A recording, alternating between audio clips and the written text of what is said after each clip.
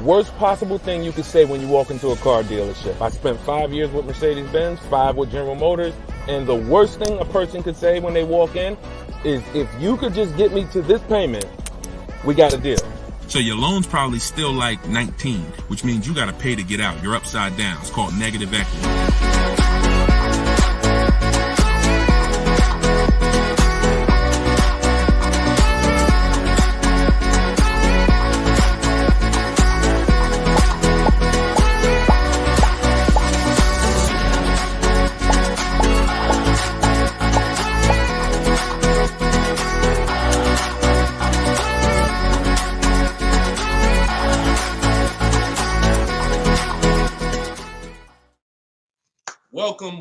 Welcome to episode 4 of Car Shopping Questions and Answers. We are live on 4 platforms: Instagram, YouTube, TikTok, and Facebook.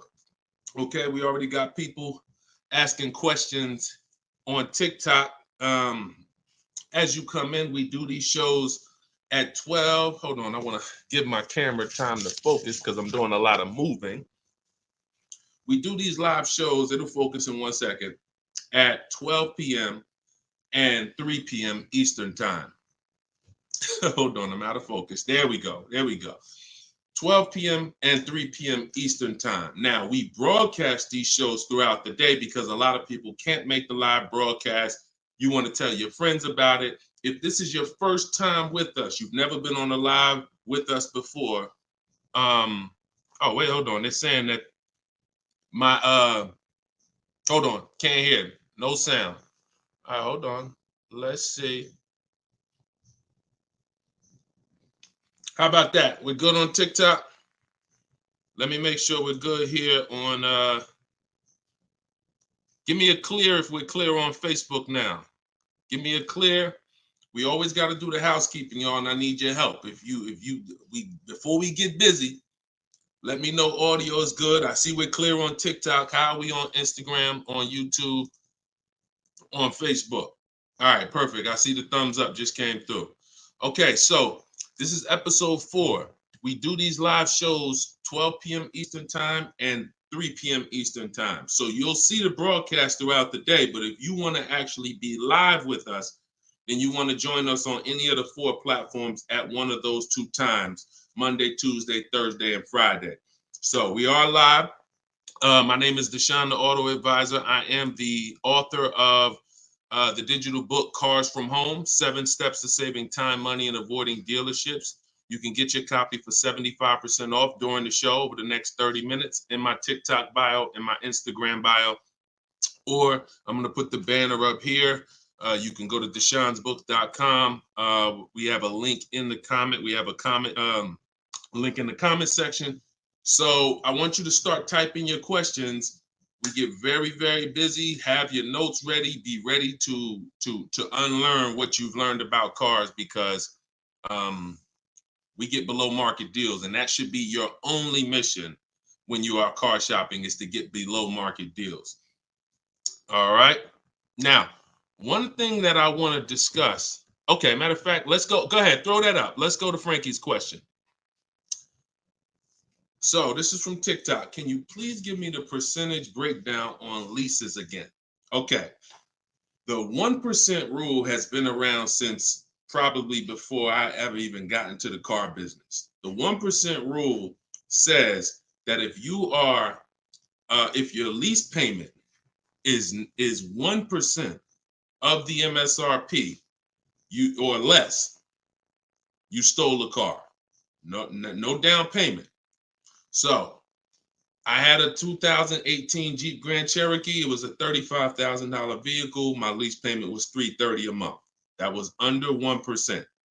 That's how we indicate that. Now, how we're doing the math is we are taking the MSRP, taking the monthly payment rather, and dividing it into the MSRP. For example, $330, which was my payment, into the MSRP, which was $35,000, and then that gives us 0.009%. 0.009%. Good afternoon, Vivian. Good to see you. So That's how you do it. Now you can multiply by 100 if you want to really get the percentage. You multiply by 100 and you'll see 0.94%. So that has been around for a long time. Shout out to the sharers. I see you, Frankie. Thanks for sharing. Please DM me too. I'm still waiting on ideas for what we could do for the people who share the broadcast. I mean it. We want to make sure we are rewarding people who share, tag, people who invite people to the broadcast. So DM me these ideas. Those are the only DMs I'm looking for because we get too many DMs to really respond to them. We get probably 50 to 100 a day. So we can't respond to all DMs, but those are the ones that I'm looking for. Okay, shout out to everybody who shares. Now, that's been around for a long time. That's how you know you stole the car. It's not even a question now that we still need to get offers because like this is Freener right here. This is why you never want to get excited about one offer unless it's the lowest bid. Here's why. Freener, she just got a, hold on, I'm putting it up here on the screen. She just got a 0.88% lease on a Jeep Grand Cherokee hybrid anniversary edition. $65,000, $65,950 was the MSRP. Her best bid was $579 a month. She's in the video library. She has what we teach. Getting bids. See, so sometimes you could look and be like, oh, this offer looks really, really good. Should I take it? Not if it's not the lowest bid. It must be the lowest out of at least 5 offers. Because what I always tell you is 80% of dealers are overpriced. They're going to overcharge. So that's how you know if you won. Now we had to come up with something. When I started teaching people about leasing, I said, oh, shoot, some of you going to go out here and you've been buying your cars and you're going to walk into dealers and you're going to get a lease and you're going to think it's good because you're still paying less than somebody who actually bought. But we had to come up with something that was showing you when you were overpaying for a lease. And so I started doing some math because I love math. And once I worked the math out, I said, okay, how much are we paying before we're paying too much for a car we're giving back? 1% is the steal. But what's the limit? And I started looking at how cars depreciate, how much car, if you bought it, how much the car would depreciate.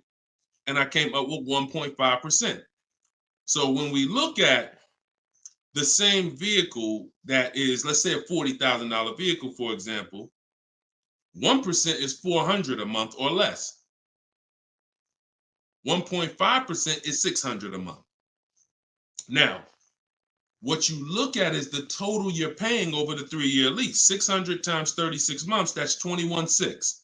So when you take $40,000, you add your taxes and everything, you're probably going to end up about 44. 21 is about the threshold where you're still paying less than if you had bought. You're still losing less value, but and you're tying up less money. But at the same time, that's the limit. Above 1.5%, there's no value in this lease anymore. And that doesn't mean we go buy the car. That means we look at competitors because competitors do offer more aggressive lease pro. Every single vehicle, you guys, and there's over 400 of them, has a different lease program. Sometimes even the trim level is different. The Touring has a different lease program than the Limited. So we don't deal with overpriced leases. And so that's why I created the 1.5% rule. That's how it became to be, based on the fact that I knew a lot of people, as they unlearned that bad advice about leasing, as I taught it and as they heard it from other people, they were going to go and get leases. And it's important that you know when there's no value in a lease and you shouldn't be accepting a lease. And that doesn't mean, and look, let me be very clear. That does not mean, that's why I explained the first part of this question, of this answer. You don't walk into a dealer and say, hey, I'm trying to get under 1.5. You don't walk into a dealer and get a lease quote and then you say, hey, well, look, I got to be under 1.5%. No, you're doing this wrong. Again, my mindset and what I'm trying to get you to use is Cars from Home, where you should be, the only reason you should be in a dealership is to test drive cars. if you're buying new cars or leasing. Test drive, you're in and out of there in 20 minutes. The next time you're back in a dealer is another 30 minutes to pick up your car if they don't deliver. That is the only reason. We never talk numbers in a dealership for a new car or a lease. Are we clear on that?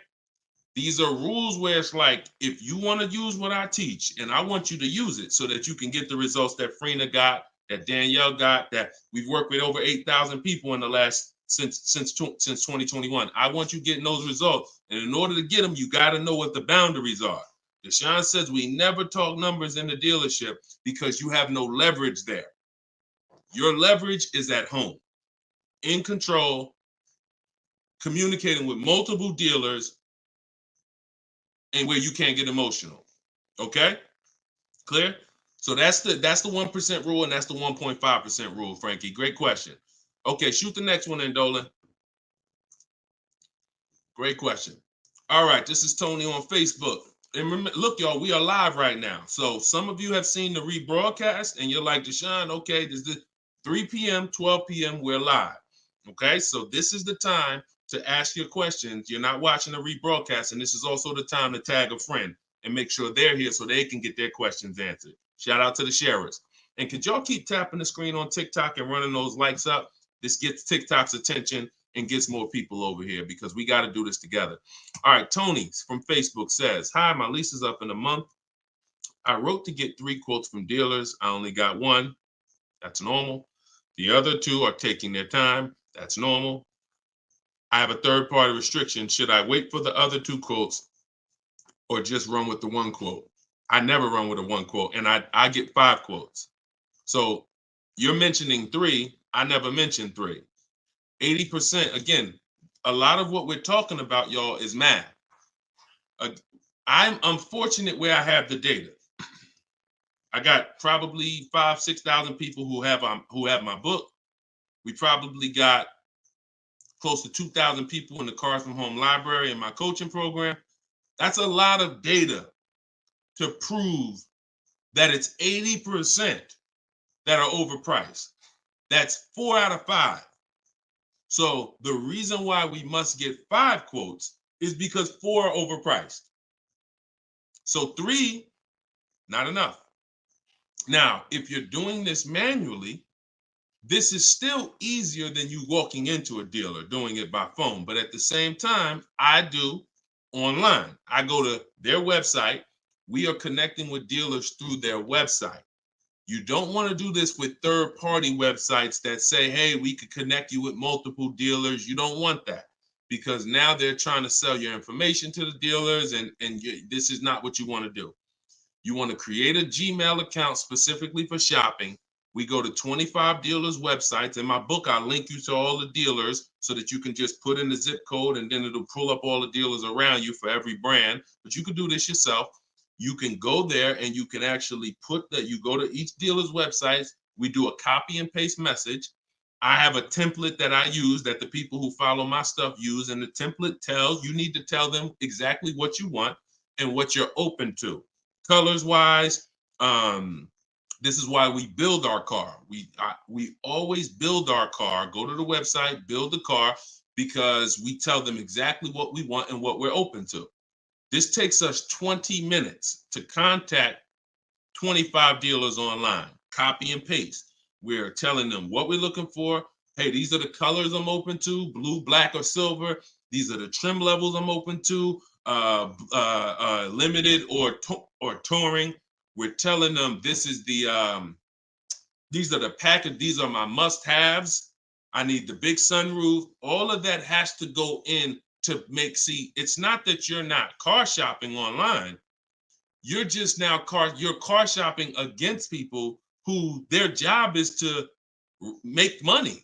And so if you don't have what I'm telling you I've responded to hundreds of internet requests when I work for the dealers. If you're here for the first time, type a 1. If this is your first time ever being on a broadcast with us, type a 1. I want you to know a little something about me. I was inside car dealers for 14 years, responding to these quotes. So The reason why I'm giving you the exact strategies is because I know there's so many things that you're not trained to give the dealership that they need. They can't give you a quote without it. They can't shop correctly, without it. Okay, shout out to the first time people. Could everybody type welcome to the first time people? If you've been on here before, type welcome to the first time people. Now, once you give them that information, you're copy and pasting that. Copy, paste, copy, paste, copy, paste. You're doing that with 25 dealers. And then that creates the conversation to see where the dealers are actually coming, where the deals are coming from. But you need to see who has a car first. You need to see who has a car first. So, oh, you're talking about selling the lease. Okay, you're earlier in the process. Understood, Tony. Okay, perfect. No, just talk to another used car manager. And you want to have conversations because one, your car is worth different things to different people. You need at least 3 for that. You're on point. Yes, 3 quotes for your lease buyout. For your old car from 3 different used car managers. And if the 2 are not getting back to you, then just move on to other ones. But be aware, you should be using those values you got online from the online buyers to see if you have equity, because not everyone has equity. The whole purpose of the equity assessment is to make sure you're not leaving any money on the table. That's the purpose. But there's no guarantee. Many people have turned their leases in not knowing that they should have done an equity assessment, and then the dealership sitting on $2,000, $3,000, $4,000, $5,000, $6,000 that they didn't know about. That's what we want to prevent.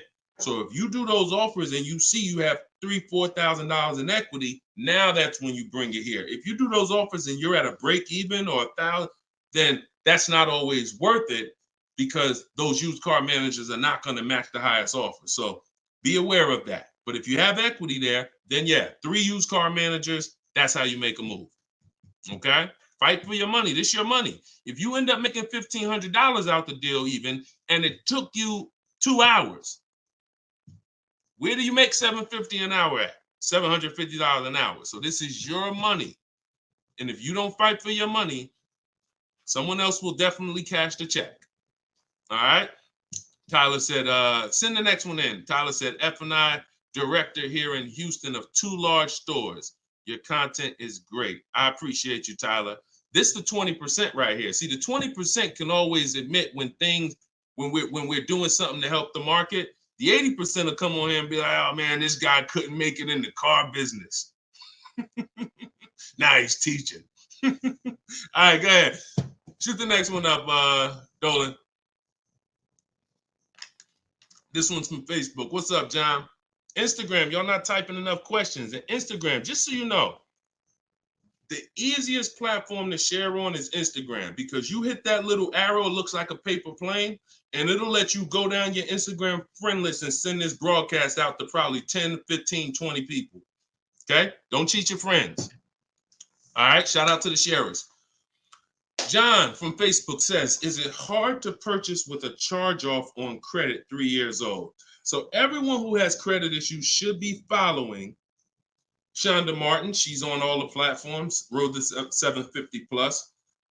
And you should be working on getting your credit to the point where you can qualify for the best programs. And you don't need an 800 credit score to qualify for the best programs. You usually need close to 680, 690 will usually qualify you for most tier 1 leases. Now there are some cars that have super tier where you tier A1 plus, but that's not most leases. That's not your standard everyday cars that most of us are leasing or buying. So the question is, the answer is, if you don't need a car, then you should be working on your credit. If you need a car, then there's nothing you can do. You need to make a move. And so I recommend a company like Limbuzz. We're always going to give the dealer a chance to match or beat our offer. So whoever we end up buying our car from, some of you have been taught never let the dealer participate. That's costing you money, because the dealer has 7, 10, 12 banks on their end. Now, If they're trying to beat and earn your business, now that's a winning position. See, check this out. When you have a finance manager who's saying this about you, what's the highest interest rate you think they'll pay? What's the highest payment you think they'll pay? That's a bad position to be in. That only happens when you have no leverage, you haven't shopped, you haven't come in with an offer, and now they're trying to see the highest interest rate that you'll pay. We're not doing that. You're doing it our way, which is we're going to have we don't let anyone touch our credit until after we find our car. Now, once we find our car, get our best deal through a bidding system, now we're going to take that purchase agreement, that's a receipt. Yep, I see the questions coming in on Instagram. We got you. Hold on, Atlantis. Once you see the long form receipt, now you take this home, and this is when you're going to contact your bank, your credit union, the online lenders. You're going to go online lenders, online banks, online credit unions. You're going to let all these people have a shot at your business. If you do this within a small window of time, if you do it my way, it only take you 2 days. This is going to weigh on your score the same as one hard inquiry, because this is something called rate shopping. This is not going from dealer to dealer, getting turned down or putting in applications and nothing like that. This is how you rate shop correctly. I call this the bank bidding war. When you get my book, I also send you the bank bidding war blueprint. It's going to be going into my book, but I need about another month to be able to combine it. But I send you the bank bidding war blueprint. Now, the bank bidding war is 3 rounds. First thing we're doing is seeing, is there any special interest rates that the car we're buying has? In your particular case, John, with credit challenges, you're not going to qualify for that. That's okay. But we need to check that. If there's 0%, 0.99%, that eliminates our need to do anything else with financing, because no one else is going to beat that. Second part of the round starts, there's 3 rounds to the bank bidding war. The second part comes after we find our car, and it's what I just broke down. When we come home, we let all these banks, these lenders, online credit unions run our credit, and so they're bidding and submitting us their loan offers. Now, the third round is the dealer. That's when we're going to call the dealer who we reserved the car with and say, hey, I got 6.29 from this bank. If you can beat it, I'll give you the business. Now, this is the big difference, you guys. When you have a finance manager who's trying to beat your offer, who's calling their banks and saying, hey, I need to get 5 point something because this person already has 6. That's leverage. When you start bidding, like I'm teaching you, like what's in my book, like what's in everything we do, in my videos, everything's a bid. You have the leverage. And there's no way for you to overpay when you are getting bids. So that finance manager calls you back, it's only going to be 1 or 2 answers. Hey, Stuart, man, listen, I tried my best, man. I reached out to every bank I got. No, I can't beat that rate, man. I appreciate the opportunity, but you can go with your own financing. In which case, you guarantee you got the best loan. Second thing is, hey, you know what? You had a good rate, man, but I got somebody to beat it. So we can do it right here for you. Perfect. In which case, you guarantee you got the best loan. See, you don't have enough people competing for your business. That's where your buyer's remorse is coming from. That's where your lack of confidence is coming from. That's why you're driving off from a dealer saying, hey, you think we could have got more money? You think we could have got another $1,000 off? That's all buyer's remorse because you don't have enough people competing. So I want you to stop that. I want you to use what I'm telling you to do. All of this is in my book for those of you who like Deshone. I don't even want to remember all of this. It's all in my book, Cars from Home, 7 Steps to Saving Time, Money, and Avoiding Dealerships. This is what I've been teaching for 3 years. And this is what I've been doing since 2015 myself personally. So you can get your book for 75% off. Cue up the next question, Dolan. Oh, John, in your case, though, when you get that buyer's order, you would be reaching out to LendBuzz. So after you find your best car deal, you would be reaching out to LendBuzz and seeing, what their rates would be for you. And then you would be going with, still giving the dealer the opportunity to see if they can beat it. Because once a dealer knows you got an approval already, they kind of have a little more leverage to be able to see if they can beat that approval. But in any case, even if they can't, LendBuzz is pretty generous. but we don't do this until after we find our car. Okay? Great question. Shoot the next one up, Dolan. All right, this is Gemini from Instagram. Can a dealership legally raise the price from what is being offered online? Listen, nobody's suing dealers. So it's not really about what's going on legally. It's probably more ethics than anything. And we don't expect dealers to be ethical. We don't need dealers to be ethical. They've proven that the majority of them aren't ethical. So when you're not ethical, you walk the fine line between breaking the law and not. You walk that gray area. You know, yeah, I overcharged you. I know you could have paid less, but I know, yeah, whatever. But I know I could have sold you the car for less. But I'm gonna tell you that this is the best. Like, all of this stuff is unethical, but it's legal. So when it comes to what we're doing, our job is to protect ourselves. You can't go into a car dealership expecting them to protect you. You can't go into any business transaction expecting the person you're negotiating against or the person who's selling you a product to protect you. That's why we exist, because there's no one out there. If it hadn't been done, you'd been good. If there were, even if the I think it's the Federal Trade Commission or whoever regulates businesses were stepping in to protect the public, then we wouldn't have a need for what we do. But that doesn't exist. So it's on you. It's buyer beware. It's you protect yourself. And so I provide the tools for everyone who wants to take action to protect themselves. All right? But no, we don't expect dealers to do anything other than what they've been doing. Go ahead, shoot the next question up. Let's roll. All right. Why shouldn't a person focus just on monthly payment, monthly car note? Okay, good question. Hold on. Let me make sure I can see Instagram. All right, so this one's from Instagram. Promise Tammy said, why shouldn't a person focus on just the monthly car note amount? So if we did a little math and you go, all right, if you walk into a dealer and you're looking at a $40,000 car and you say to the dealer, how much does that car cost a month? And they're smart, if they're trained, they're gonna say, well, it's not really about the car payment right now. Do you like the car? And once you say, yeah, I like the car, let's get down to numbers, they're gonna ask you, they're gonna try to figure out what you could afford. Like, what's the most you could afford? Or I can't afford any more than $450 a month. Now, some of you know every $1,000, every $5,000 on the purchase price of a car is how much per month. Some of you know. I know we got a lot of new people on here, but for those of you who've been tapped in with us, how much is every $5,000 on a car loan? So, and the reason why I give you guys this parameter is so when you look at that $40,000 car, thank you, Frankie, got it. You should automatically know every $5,000 is about $100 a month. Yep, you got it, Michael. All right, I see you. We got people tapping on every platform. Good job, Carmelo.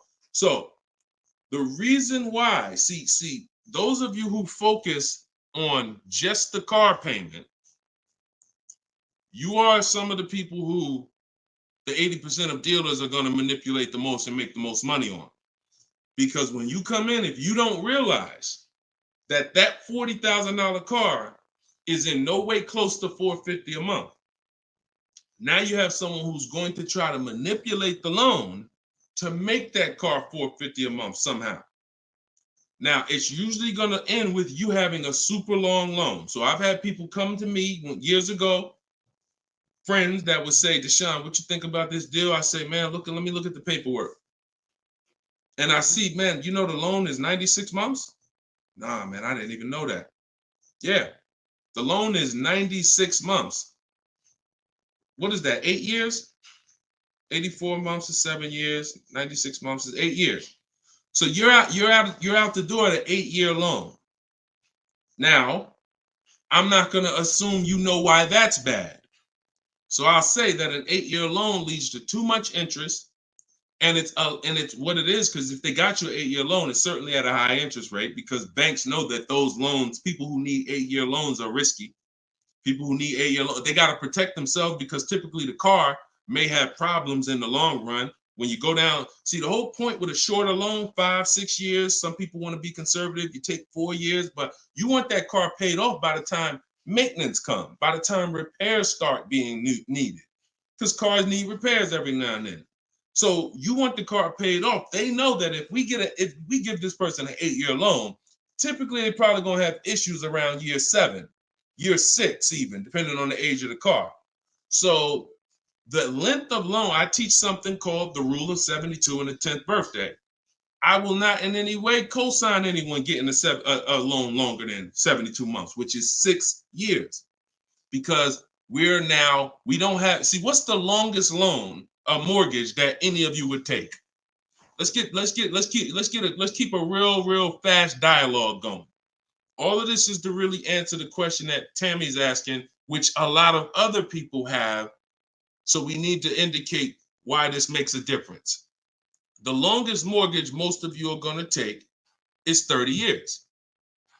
Mortgage. There are 40-year mortgages available. There's 50-year mortgages available.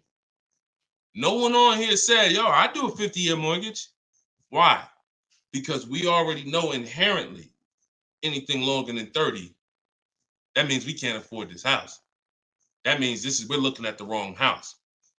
So we had to make sure we created boundaries so that you understand, okay, if I got to take a loan longer than 6 years on a car, that's telling me I can't afford the car.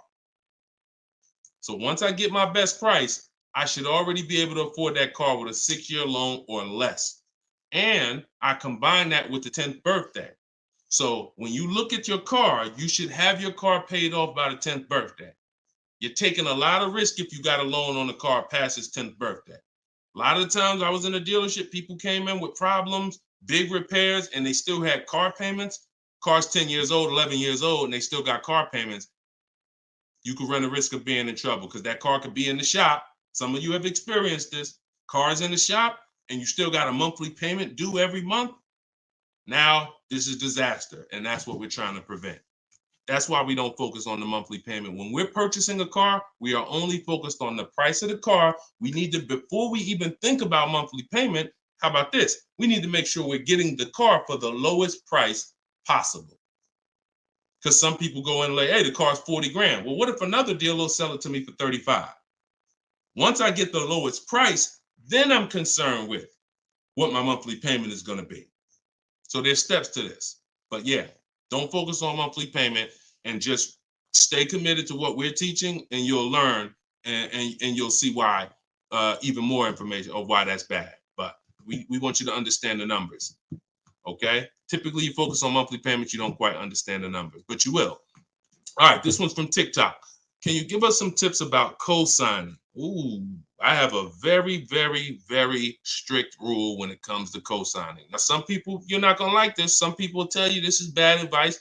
It's just my opinion. I've seen tons of horror stories. I've seen people walk into the dealership. I've seen young people who will co-sign, who will use up people's credit, co-signing, and just burn them, because no one cares about, if you don't care about your own credit, you certainly don't care about someone else's in a lot of cases. So, but I do have some rules, because sometimes it's gonna make sense. When you can pay, if a person does not pay, then you're good. Example, my daughter, we're gonna get her a car. I'll co-sign only if I can pay the note if she doesn't pay.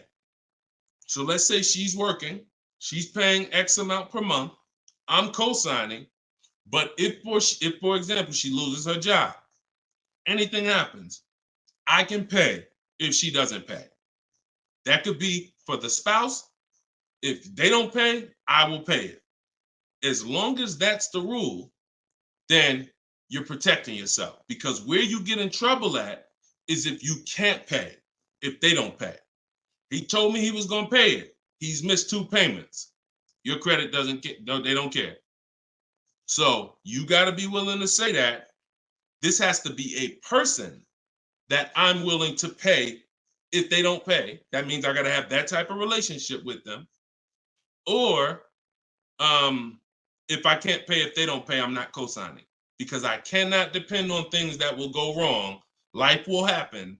And then I'm sitting out here and my credit was 700, 750, 800. Now it's 620 because they missed 3 payments and I'm struggling to get this car back from them. Okay? Those are my hard rules on co-signing. I don't deviate from them. And those are typically rules that if you follow them, you're going to be safe. Okay? All right. Shoot the next question up, Dolan. Diana said, my brother asked me to co-sign. I told him, hell no. Listen, that's it. Listen, people will ask you to co-sign quick as, listen, people will ask you to co-sign like they just asking to borrow sugar. Hey man, can you co-sign this loan for me? No, listen. It takes a while to build up great credit, and it takes seconds to destroy it. Nicole from Facebook said, are you able to negotiate third-party restrictions in a new lease? So these are two separate things. The third-party restriction is the selling of the old car, not the new lease. We're not mixing these two. So we're the people who work with me, you're selling your old car independent of the new deal. The new lease is its own transaction. We split everything we do into separate transactions. See, the car business has taught the public to give them up to 3 transactions. Buying a car from them is 1 transaction. Getting a loan from them is a 2nd transaction. Letting them buy your old car, which you call trade. We don't use that word. That's 3 transactions. There's money in each transaction. There's money in each. That's why there's companies that only want to give you loans. They don't sell cars. There's money in loans. There's companies that only want to buy your car. They don't care about selling your car right now. There's money in buying cars. So you need to separate these transactions if you want to maximize each. There's no way for you to save the most money without maximizing and looking at each part of your deal as its own separate transaction. So if I have a third-party restriction, I'm doing the equity assessment. A third-party restriction is, some of you have leases. We always need to see if there's any equity in our lease before we return it to the dealership. If you have returned your car to a dealership without doing the equity assessment, you don't know how much money you've left on the table. Because if there's $2,000 or $3,000 of equity in your car, the dealer's keeping that, and that's their money.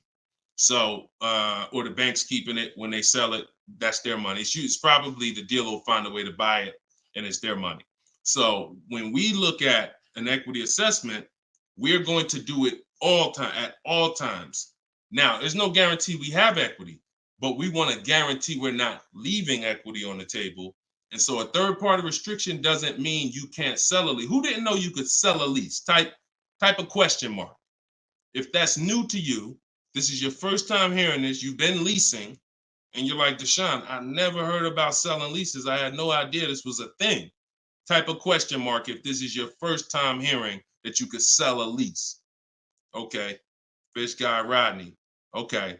See, so more information is coming out. Okay. Fairy Godmother. Okay. Emil. Okay, I'm sorry. I just tore your name up. Sorry. So as you change Shamir on Instagram. So when we look at this, we got to see that the things that we don't know cost us money. So now it's like, once they saw people, because we helped out probably thousands of people in the pandemic sell their leases, used car values, resale values were crazy. So we had people making $5,000, $10,000, $12,000 selling their leases. I sold my Jeep Grand Cherokee lease. I made $8,900 after I drove it for 42 months because I extended the lease and then I sold it. My mother, she drove her car. She made $10,200. Now those numbers don't exist anymore because values have come back down. But there's still people who are going to make 3, going to make 2, going to make 4, depending on your car. Now, every car doesn't have equity.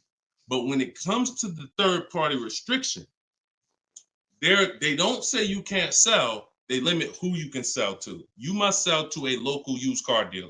To a local dealer of the same brand. So if you have an Audi, you must sell to an Audi dealer.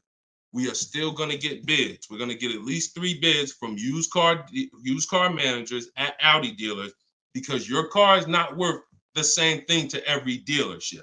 Your car may be worth 19 to this dealer, 19.8 to this dealer, 21 to this dealer, which is why we must get bids.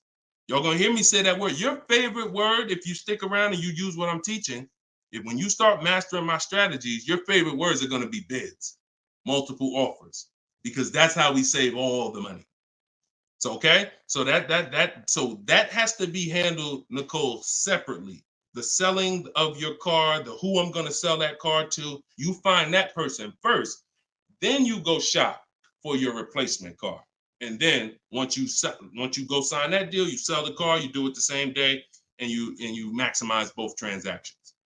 Okay? And all of this, guys, shouldn't take you any more than 90 minutes. This is not something that's going to take you hours. See, my whole thing is to show you how to get great deals in 60, 90 minutes from home. That's why my book is called Cars from Home. 7 Steps to Saving Time, Money, and Avoiding Dealerships. You can all get a copy for 75% off for the next 30 minutes. Just go to my TikTok bio. You won't leave the broadcast. Grab your copy before that timer hits 0. The price goes back up to $97. Or you can go to my Instagram bio, or click it if you're on Facebook or YouTube. Go to the comment section and you'll see a link to deshonsbook.com and grab your copy for 75% off before the timer expires. All right, go ahead, Dolan. Shoot the next question out. Should I feel bad if I get 1.3? I'd only feel bad if I got 1.3 and if it was my only offer. If it was my only offer, or if I only got 2 offers, then yes, because I'm going to tell you why. I'm going to show you something. When I look at what I see, hold on. Okay, hold on. We saw Freener. Some of you saw Freener. That's 0.88. That's just ridiculous. 0.88. But look, Charles, he gets a Palisade. He's paying $48,000 vehicle. His best offer was $597 a month, 1.23. Now, look at and sometimes people who are getting phenomenal, who are looking at cars that are super, super popular, they'll go a little further, and he reached out to 35 dealers. Now, I want you to pay attention. Some of you, the average person only shops 2 dealers. My strategy is I teach 25 to 5. But once you see my copy and paste system, which is in my book, I have a copy and paste system where we're on their website. You'll see that I could talk to another 10 dealers. It only take me 10 minutes to open up contact with another 10 dealers. We always use a separate email. Do not contact dealers from your personal email. I'm warning y'all.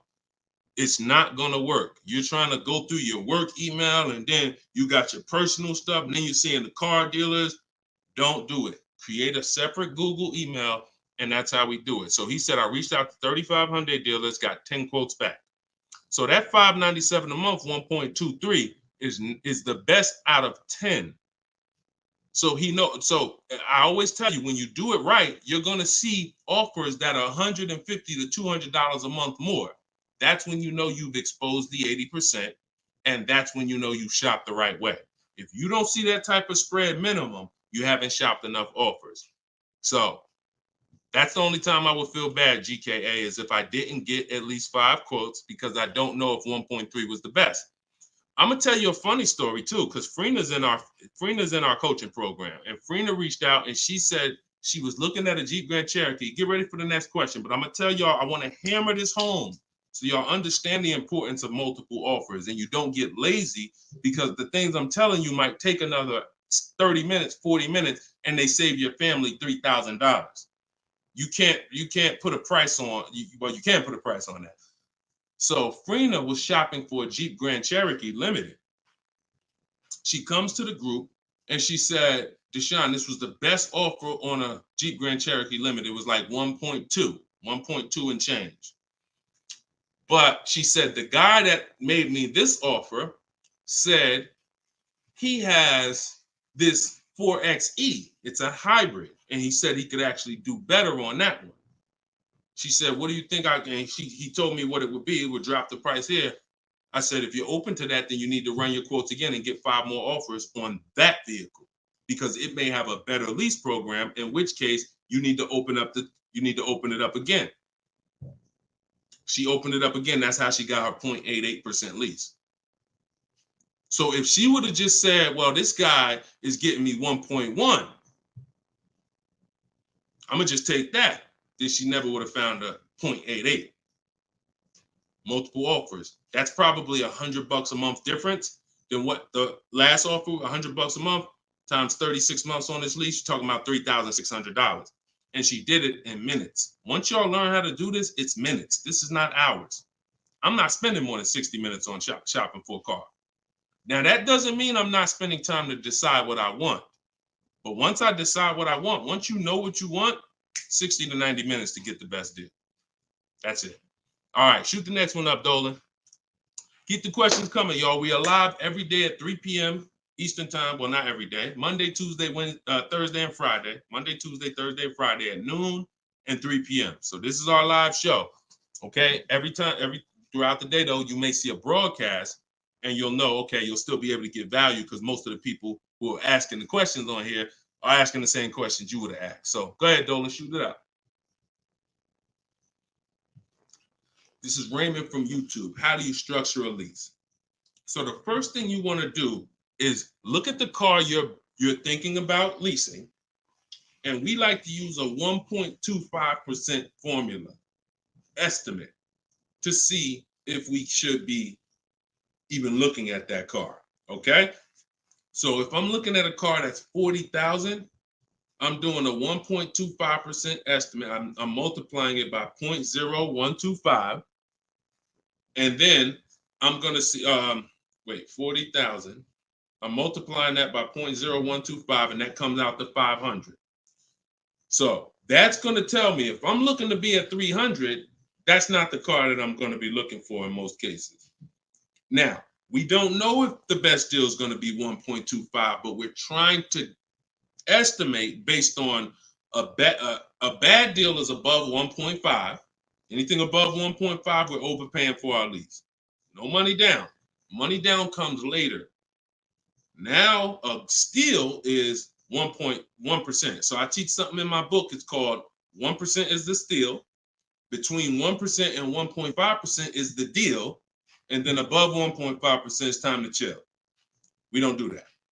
So that's the first thing. Now, once we move past that, now it's time to choose our mileage.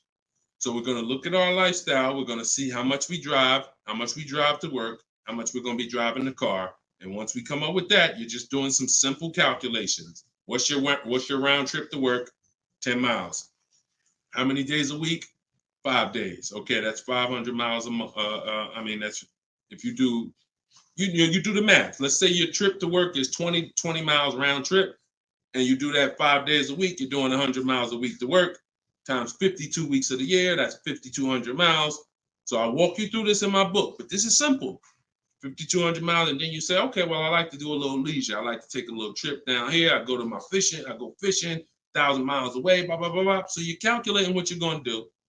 The easiest way to do it is to look at your old car and see what you've done. But if you don't have an old car, this is how you calculate it. You come up with, all right, I only need about 9,000 miles a year. Perfect. All of our leases, we shop our offers with 12,000 miles a year. That's your average miles. That's what we want to base our formula from. So whenever we reach out to a dealer, we do this online. As I said, everything we do is online. Once we do this, we're shopping multiple dealers and we're telling them, work us up a lease quote. First month's payment, total out of pocket. If you were on the last show earlier, we talked about we don't say down payment anymore. We say total out of pocket, TOP. Everybody who's clear on TOP, if you were on the last broadcast, type TOP. If you weren't, TOP is total out of pocket. That means only thing I'm giving you for this offer right now is my first lease payment, and I'm driving off. Total out of pocket. We're not saying down payments anymore. Okay? So now, we're structuring our lease with first month's total out of pocket, 12,000 miles per year, and that's how we're sending the offers out to the dealers. All online, all copy and paste. These are all templates I have, but I have templates where you just fill in what you want, blah, blah, blah, all in my book. There are links, there's templates, but if you're going to do it your way, that's fine, but this is how you do it. And you can sit in your computer and just copy and paste. And now you're looking to get 5 quotes. That is the mission. 5 quotes, and that's it. That's how we structure our leases. Once you're done and you get your best quote, Now that's when you adjust your mileage. So once you identify the best dealer, the winning bid, now you're going to say to that dealer, hey, can you adjust the offer to 10,000 miles a year? Can you adjust it to 18,000 per year? Can you adjust it to 25,000 per year if you're a high mileage driver? And you adjust it from there. But that's it. You do this over and over, rinse and repeat. Rinse and repeat. All right. Great question. Shoot the next one in, Dolan. All right. Shout out to the sharers. Thank you, Liba. I see you. Thank you so much. This one's from Preston on YouTube. What is the best way to finance a car out of state? It's no difference. It's really no difference. We're going to find the car. We're going to get the buyer's order. We're going to have them. Now, the thing about a used car, if it's a used car, we got to test drive the car. So what you may want to do is if you're picking up a car out of state, you may want to go there, lock up the car, grab a cheap hotel for the night, stay there, because you don't want to eliminate the bidding process. The bidding process is your bank, your credit union, online banks bidding, and then dealers bidding. The dealer who you get the car from, they're bidding against that. Some of you don't really understand how much money is in finance. On a $40,000 loan, 2 points on an interest rate could literally be $2,500. So we got to understand there's a lot of money in loans. So if I'm driving to pick up a car out of state, what I'm typically going to do is go test drive that car. If I like it, I'm locking it up with a deposit. I'm taking that buyer's order. I'm gonna go back, depending on how far it is. If it's 3 hours away, I'm probably not gonna drive home and then come back. Depends on you. I'll probably just post up in a hotel. Go do my financing online. Let all these banks and credit unions run my credit so I can get their offers, and then I would call the dealership the next day and say, hey, this was my best offer. If you could beat it, I'll just come get it from you, and that's it. I'll spend $50, $60, $100 on a hotel to save $3,000, $2,000 on interest on my interest rate. But everything else is the same.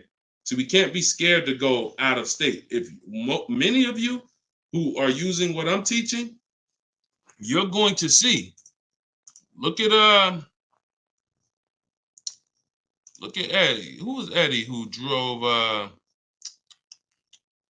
Hold on. Short conversation. John, hold on. Market. Trying to think. I'll see. Many of who I'm going to share with you, you'll see they'll say when they're picking up their car, I'm driving 45 minutes. I'm driving an hour and a half away. Look at Sean. Perfect example. Sean, he's also in our coach. Now, I don't want you to think, I got to be in Deshaun's coaching program. There's just some people who are. The information's in the book. We got the video library. For those of you who are like, okay, I like videos to go along with the book, that's fine. I link you to some videos in the book, but then there's some people who coach with me and I can talk personally to them. So Sean comes on here and he comes into the group. He said, he sends this. Look at the amount. He said, I'm looking at some advice on this F-150 Lightning XLT. It's a $73,000 truck. The dealer discounted it $4,900 and then revealed that there was a $15,500 rebate. His total savings is over $20,000 off this truck. So I'm like, all right. Now me, being who I am, I don't know if that's the best. 2015, I sold 2 Maybachs. They had $20,000 rebates on it. So we don't know if this is the best. I haven't seen, this is what I said to him. I haven't seen the other offers yet, but I'm assuming you got at least 5. You're saving over $20,000 on this with this discount and rebate, but the only way to know is to compare to the other offers. See, I'm not going to get excited about this deal until he tells me what I'm about to read to you. That's when we get excited. He said, guess I could have put a little more info on here. Yes, I got about 15 quotes. You see the difference? This is what I want you to get. BK Dollar, this is what I want you to get. Liba, this is what I want you to get. Everybody watching, the money is in multiple offers. The reason why you're not saving, you're just not getting enough offers. So he says, I ended up expanding my search to 150 miles outside my area to find this deal. He said, I couldn't find, watch this, I couldn't find anything under MSRP in that first search. So think about how I'm telling you, the local dealers know when they see your zip code, they know, okay, some of them, all right, we don't have to do too aggressive. But those dealers that are an hour and a half away, when they see your inquiry, they're like, oh, listen, this is a person we never would have saw before. What is it going to hurt us to blow this truck out? And we take a deal from one of our competitors' markets. We love to see our license plate frame over in their market. That's how we win. So he ends up saving over $20,000, and he doesn't mind driving 150 miles to go get that truck. Why? Because every mile he drives is dollars he's picking up. We clear on that? We clear? If you're clear on the importance of multiple offers, type clear. All right, shoot the next one up, Dolan.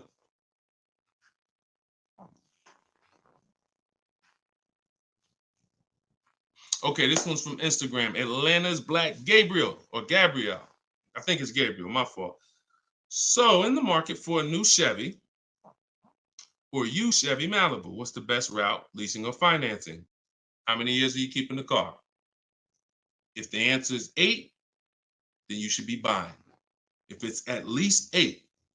See, I teach something. My book is called Cars from Home, 7 Steps to Save Time, Money, and Avoid Dealerships. Everything I do, when you go, the video library that we have, your best deal in 7 days, 7 steps. These are not going to change. The first step is the foundation to your deal. The first step is the foundation to your deal, which is lease or buy. Because you cannot get a good deal if you bought when you should have leased. It's impossible. Because the amount of money you're going to pay on the purchase is going to be too much if you buy brand new. And if you buy pre-owned, it's going to be about the same amount you'll pay. So when you buy, if you're not keeping your car 8 years and you buy a used car, 3-4 years old, and then you trade it in 5 or 6 years, you're going to pay the same amount or even a little more than someone who got a great lease deal and drove brand new vehicles. So it's all about how many years you're keeping the car. If you're keeping the car, if you're like Deshone, there's no way I'm keeping the car 8 years. That's not my style. Then you should be shopping from this day forward for aggressive lease deals. Now, once you find a car that you love, or if your spouse says, you know what, I don't switch cars like that. I keep a car 8, 10, 12 years. Then we purchase for them. We're going to purchase. But for those who are not keeping their cars 8 years, you are losing thousands and thousands and thousands of dollars not leasing cars. Thousands, thousands and thousands and thousands and thousands. All right? That's the 8-year rule. It's the most important question. It's the first thing you ask when you are car shopping and you're ready to car shop. How many years am I keeping this car? 8 or less, we lease. Less than 8, we lease. More than 8, we buy. That's how we avoid the depreciation. So go ahead. It's a hard rule. You want a follow-up question to that, or anybody want to? Because I know some of you are like, Deshone, I was taught never lease. Whatever. You want to follow up to that question? That's perfectly fine. But that's the rule. And it's the rule based on money. I've seen thousands of scenarios, and I spend years and all my time shouting from the hills so people could understand how much money they're losing by not getting good lease deals or not leasing at all. Okay, go ahead, shoot the next one up, Dolan. Okay, this one's from TikTok. All right, Peyton. Do dealerships finance used cars too? Yeah, sure. Absolutely. But we don't finance, dealers are our last offer for financing, never our first. So what you should do is you should go watch the replay from earlier, episode 3. This is episode 4 of Car Shopping Questions and Answers. We do these lives Monday, Tuesday, Thursday, and Friday, 12 p.m. Eastern time and 3 p.m. Eastern time. For those of you who are like, because I want you to be able to tell your friends. Today, some of you are going to run into people who are car shopping. You need to be telling them, hey, you got to check this guy, Deshone the Auto Advisor. He does this show, live show, 12 o'clock, 3 o'clock, Monday, Tuesday, Thursday, and Friday. But you want to watch episode 3 where we went into detail about how we don't finance. In fact, early, I think we talked about it early on this episode. Your financing should be independent from the dealer. The dealer should be your last offer for financing. Because what you're asking for, that's 2 transactions. You're giving them 2 transactions of business. You're giving them the purchase of a car, and then you're giving them the selling you of your loan. So what we do is we separate these transactions and we get bids for each.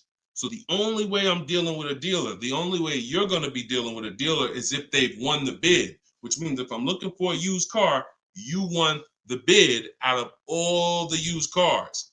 Like, all right, give you an example. This is Vincent. Vincent got a 3-year-old Lincoln Corsair, premium trim level, under 45,000 miles, clean Carfax, inspection, all from the comfort of home. I'm reading what he put in our group.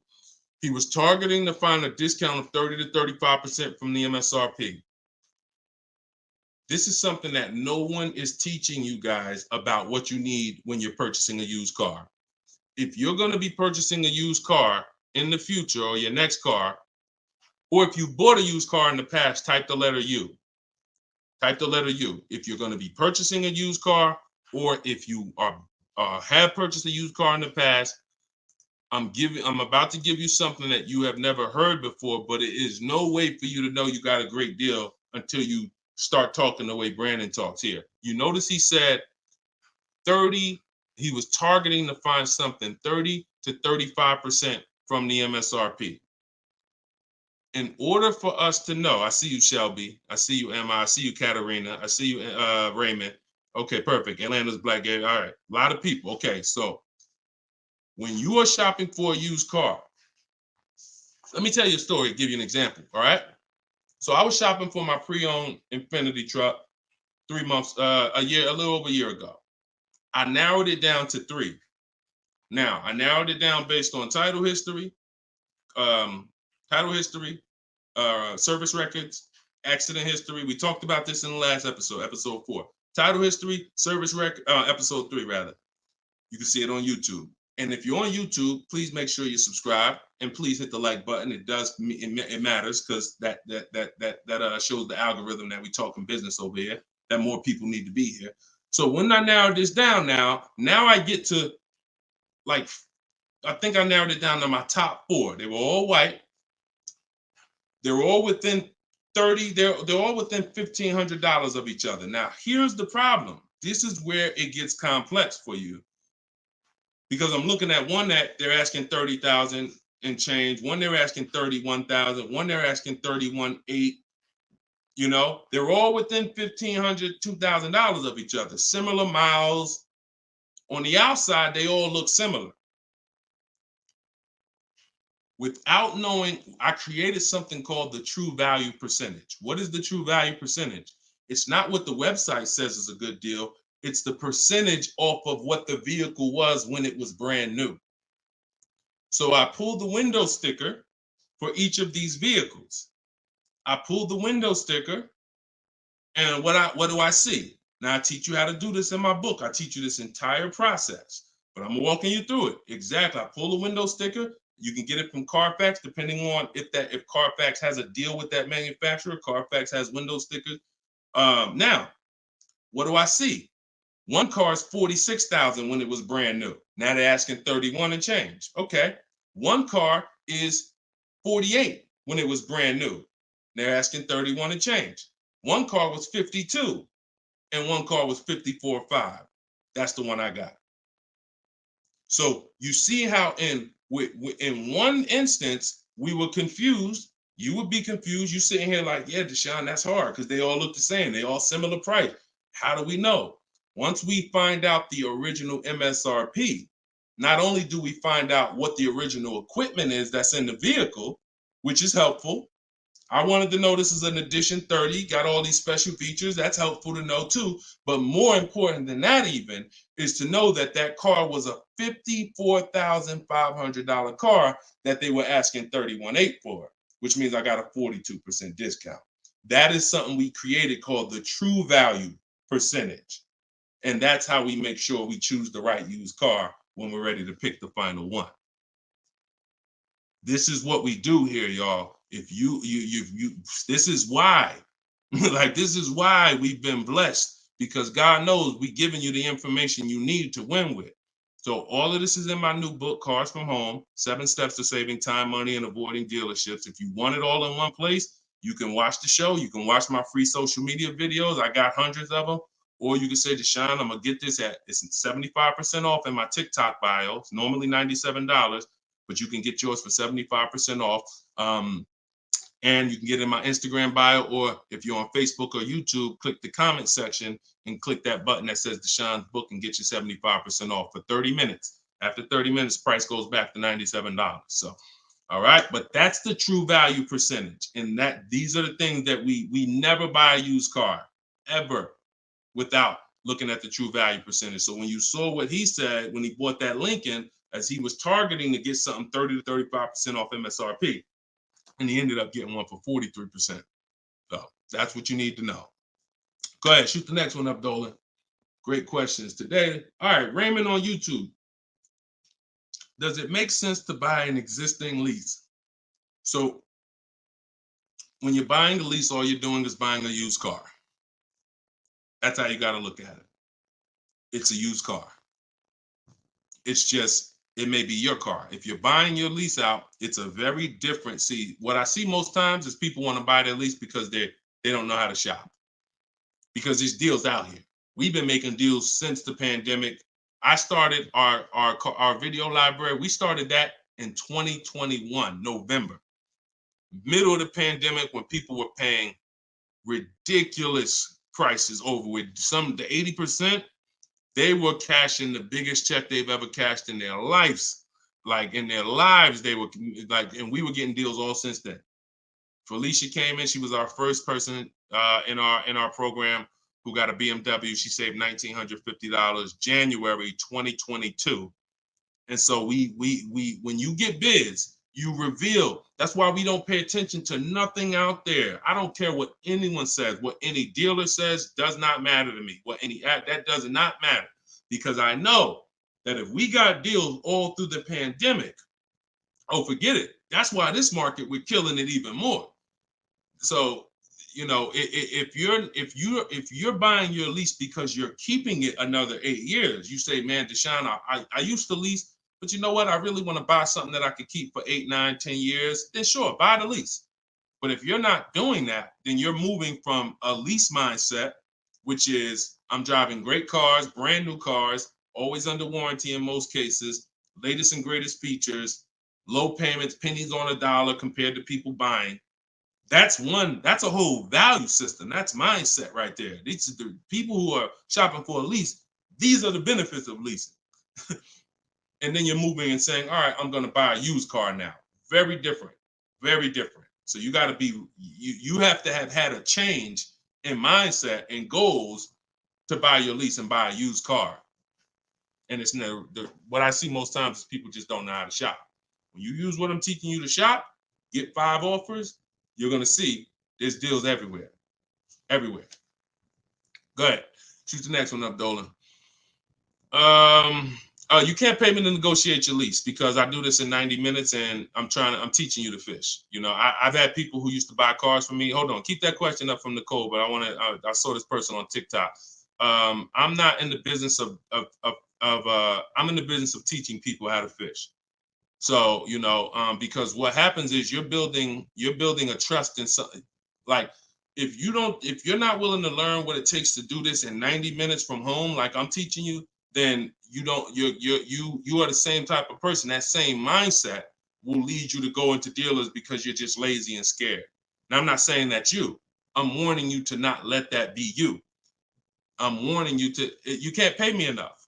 I'm not in that business. I'm in the business of helping people all around the country. It don't matter what you pay. Of course I don't think you would ever even ask me to work for free. I'm telling you though, that's not the business I'm in, because we can help thousands of people all around the country. But you're not realizing that your transaction is a 5-figure transaction. There's nothing else in this world that you're going to give that type of control. If you were going to start a business and it was going to take a $30,000 decision, $30,000 of your money, would you ever be looking and saying, oh, could you do this for me? You see, we do things with cars because we've been programmed to do them with cars. Car dealers have made you so scared that you've been programmed to do something, but you never do it with anything else. You never do it with a house. You wouldn't say, hey, could you just, I'll pay you to get my house for me. I'll pay you to, start this business for me. No, it's only cars. So when you realize that this stuff is easy, that old way of going into dealers and going back and forth, see, you're thinking of the old way. You're thinking, oh, I need somebody to tag along with me. Yeah, I got Deshone sitting over there next to me. I wouldn't be there because I'm at home. Where you see me at, this is where you see me at is exactly where I got my Infinity truck. I just told you about the deal.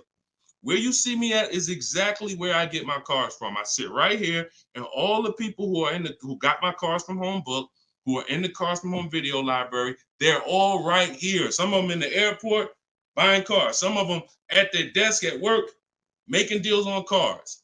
Nobody who's learning from me is in a dealership making deals on cars. So that's the old way. And if you think that you got to unlearn that or you can't win with me, you got to scrap that. I know it's painful. I know it sucks. I know it makes you feel like you're a loser. But that's what I'm telling you. Scrap that joint and do it my way. And when you do it my way, you're going to be like, oh, shoot, man, how the heck wasn't I shopping like this years ago? All right. So now Nicole on Facebook. Do you shop or negotiate differently for a car that is low in inventory or shortage? No. Now, the only difference is, let's say, and this is the reason why we connect with 25 dealers. See, in my book, I said we use the 25 to 5. We got to connect with 25 dealers. This takes us 20 minutes because we're using a copy and paste system. So if you're going to all of these Chevrolet websites and copy and pasting in their contact box, copy and paste, copy and paste, copy and paste. Now, what you're doing is you're shopping out of all those dealers' inventories. So if you only do this with 4 dealers, then you only see one dealer who has a car. And they're like, oh, well, we it doesn't seem like it's a lot of these cars out here. That's why we're connecting with 25. You saw Sean, he connected with 35.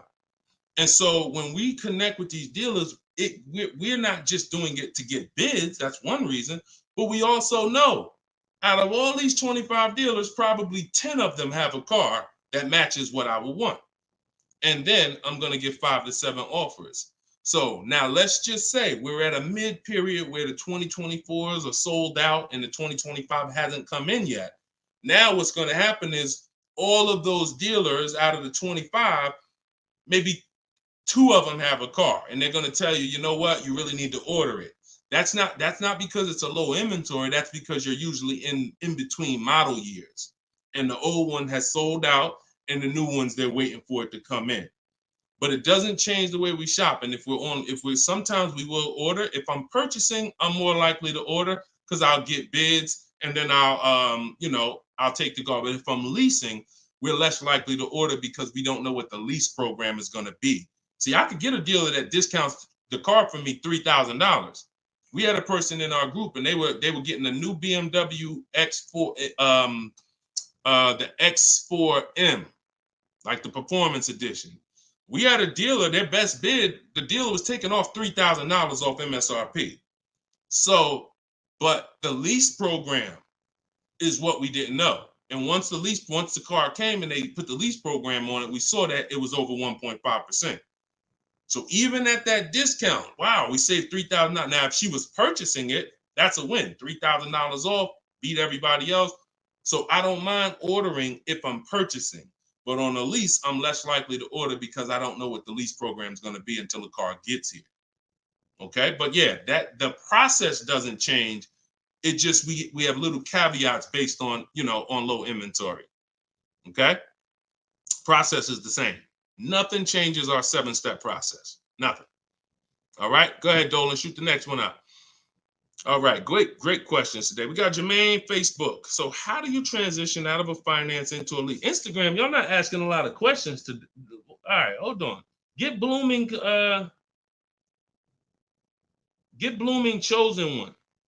All right, hold on. All right, Jermaine from Facebook says, how do you transition out of a finance to a lease? All right, perfect. So now what I like about this question, Jermaine, is you've already answered the most important question, which is how many years am I keeping the next car? That's step one in our 7-step system. You've already answered that because you've determined I should be leasing. Now the next step is equity assessment. Equity assessment. Call the bank. You don't have to worry about third-party restrictions or nothing because you're not leasing. I mean, you're not coming out of a lease, rather. So you're going to call your bank, get your payoff.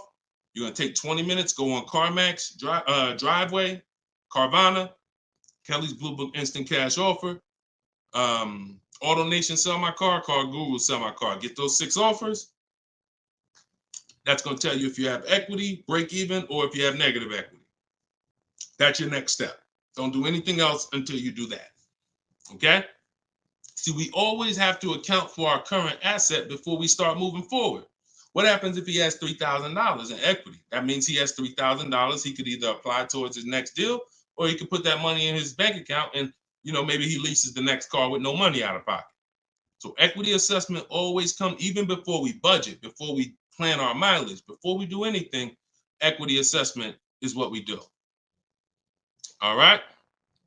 All right, shoot that next one up. Shoot that one up from Instagram if you got it, Dolan. It might have took you a minute, but because we got it's comments from everywhere, y'all. No matter. Okay, here we go. For your calculator, why doesn't it negotiate to the lowest offer? My calculator is the best. My calculator is the best thing that exists because it takes all the offers you get. By the way, y'all, what she's talking about. And you got to be specific because I do have multiple calculators that I've created in my book, multiple softwares where you plug in stuff and it spits out so one of the calculators that I have is the counter offer calculator. So we never accept a deal until we send a counter. So what we do is we take the counters. We take all the offers we get, we plug them into my calculator. Whether it's a lease or whether it's several types. One is for leasing, one is for cash purchases and financing. Now, when you're financing, you're always getting your deals with tax and everything included, all in. So what it does is it takes all the offers, you plug them in, and then it spits out which one is the best, and it counters everyone based on the best offer. So let's just say a dealer says, I'm gonna do a 1.1% lease, and then this dealer says 1.2. This dealer says 1.3, 1.5. It's not countering all the high offers based on their high offers. It's countering all the offers based on the lowest offer. Because if the 1.1% lease was presented to us, that means any of the dealer could have did it. So now we're calling out the 80% and letting them know that if this dealer offered me 1.1%, then you all could have done it too. You're just choosing not to do it, in which case that's what the 80% do. So we counter every single one. We even counter the lowest one. And some people in the group will say, Deshone, man, this dealer is the lowest, man. Should I be countering them for another $50 less? I say you must counter. Because you don't know if there's another $10, $50, $20. If you don't counter until a person tells you there's no more room, even if they're the lowest, that's not the best deal. So sometimes you counter the lowest offer, and the lowest offer will be like, listen, man, I gave you my best shot. I got nothing else. We know they're telling the truth because we got 4 or 5 other offers that are much higher than that. Sometimes they'll be like, listen, I can't do that $50. I'll get you another $10. That's the best I got. We know they're telling the truth because all the other offers are a whole lot higher. So that's the way the counter offer calculator works. It's gold. It's gold. So all right, we had an hour and 19 minutes. We try to keep these broadcasts about an hour and 15. Every now and then we go a little over, but listen, y'all, we are live Monday, Tuesday, Thursday, and Friday, 12 p.m. Mark your calendars, 12 p.m. Eastern time, 3 p.m. Eastern time. I'm hoping to, in the next couple of days, have a link in my bios so that people will be able to actually go to our calendar, put a reminder, but you know it. 12 p.m. Eastern time, 3 p.m. Eastern time, Monday, Tuesday, Thursday, and Friday.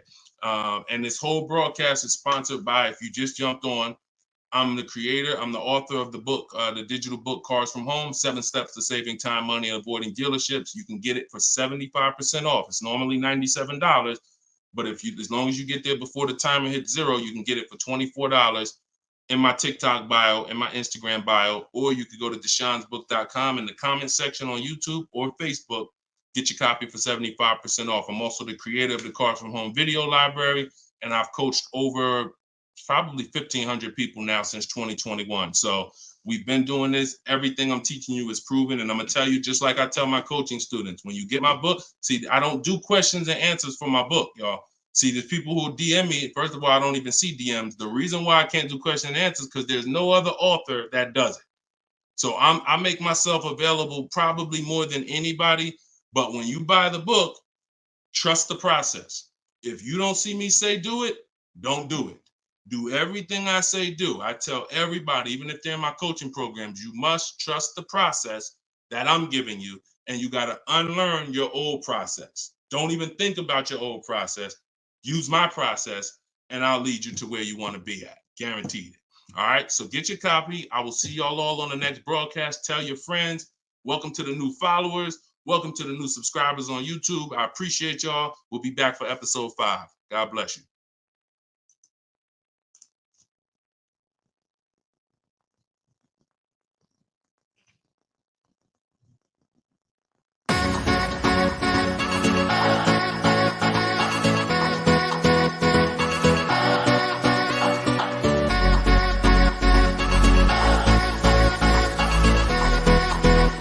The worst possible thing you could say when you walk into a car dealership. I spent 5 years with Mercedes-Benz, 5 with General Motors, and the worst thing a person could say when they walk in is, if you could just get me to this payment, we got a deal. So your loan's probably still like 19, which means you got to pay to get out. You're upside down. It's called negative equity.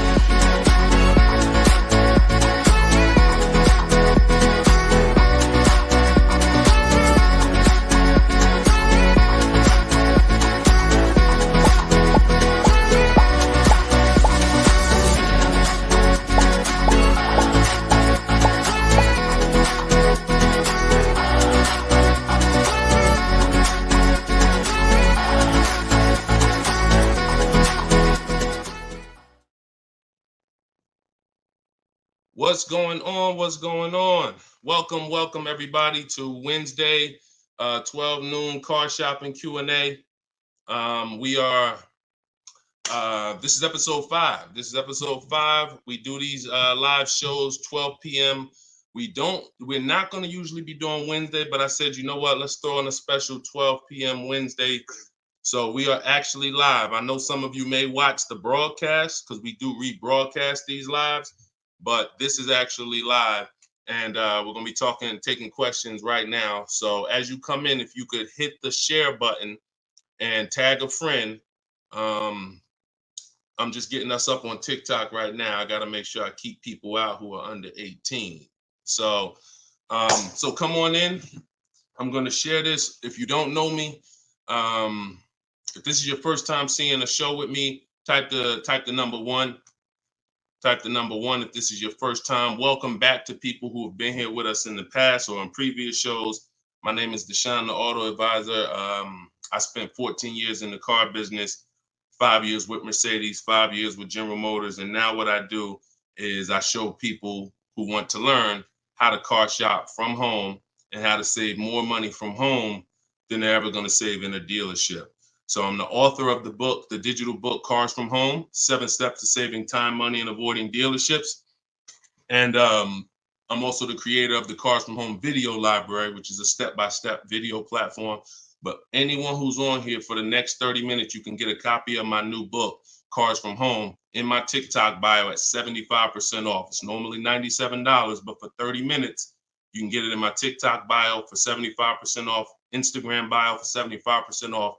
Or you can go to deshonesbook.com in the Facebook comments or in the YouTube comments. But let's get busy. Get your copy for 75% off. Everything I'm going to be talking about on this show, once again, this is live. It's Wednesday. This is a 12 p.m. noon show. So for those of you who may have seen the broadcast, this is actually live, so we can start typing our questions in. And my man Dolan's going to pull those questions in as you guys type them. And we're pulling questions from TikTok. We're pulling questions from Instagram. Shout out to TikTok. Y'all can start typing your car shopping questions, and let's get busy. What's up, Mike? What's up, Fancy Girl? What's going on, Crows fam? I see you back. Good to see you. What's up, Manly Snacks? Good to see everybody coming in on TikTok. And as you come in on TikTok, can y'all start tapping the screen? If you're going to spend 10, 15 minutes with us, start tapping the screen, shooting those likes up. And then my man Dolan is going to bring in the first question when y'all type it. So Instagram, make sure y'all typing. Sometimes Facebook and YouTube, we notice y'all are a little slow. We need y'all to get a little faster because TikTok always types their questions fast and Instagram usually types their questions fast. But Facebook, y'all got to get a little faster with y'all questions. So we know that y'all going to step up today and start getting your questions in. All right. I see one that came in from JC. You want to pull that one up, Dolan? On YouTube? Okay. Our best deals, are they made from the comfy confines of our home, or should we hammer it out at the dealership going toe-to-toe, jab for jab with the salesman, finance, and sales managers? Well, you have no leverage when you're face-to-face with someone. And leverage is what gets you good deals. Leverage is what, oh, we up to 500 likes on TikTok already. Shout out to y'all. Keep tapping the screen. Appreciate y'all. And tag a friend. Everybody bring your friends over. They need this just as much as you do. So what JC from YouTube just asks is it better? He's basically saying, am I gonna lose something by not being in the dealership face-to-face with a car salesman? You know, am I losing something? And it's a good question, but you're losing something by being there. And let me explain why. You're losing something by being there because your leverage in a negotiation, it comes from you talking to other people and having other offers. Let me give you a real example so that you can really understand that. When people are negotiating for your business, you're going to save the most money without trying. You go into the supermarket. Do you have to try to find the best deal on laundry detergent? Do you have to try to find the best deal on, anything, spaghetti sauce? No. Why? Because companies are actually hoping that you look and see that they're the best deal. Hey, look, we're on sale this week. Hey, look, choose us. They're trying to get your attention. They realize they're competing with all these other brands and they don't mind. So even with a TV, I always use a TV for example. If you go out to buy a TV right now, is anybody on here worried about overpaying for a TV in 2024? Anybody? And I always want to remind people, as you new people come on, this is live. This is Wednesday, our 12 p.m. live call. So our 12 p.m. live show. So you can ask your questions. This is not our rebroadcast. So what is anybody on here worried about overpaying for a TV? Anybody? No. Why is that? Because you already know that companies are competing to sell you a TV. Sony, TCL, Samsung, all of these companies are competing. Therefore, you're not gonna overpay. That's what we bring to car buying. In a nutshell, y'all, if I can wrap up what I'm trying to show you with Cars from Home, the reason why my brand is called Cars from Home, my book is called Cars from Home, my library is called Cars. The reason is because it's a mindset. It's a mindset. You're bringing the same mindset you would bring to shop for your TV to cars. And you don't overpay. You don't have anybody on here worried about having buyer's remorse for the TV. Look, Fancy Girl, Kiki, no. Look, RJ Newscom, no. Look, Patrice on Instagram, no. So no one on here is worried about overpaying for any of these items that years ago, we used to be worried about overpaying for TVs, but not anymore. So when you start staying at home and getting multiple offers and kill your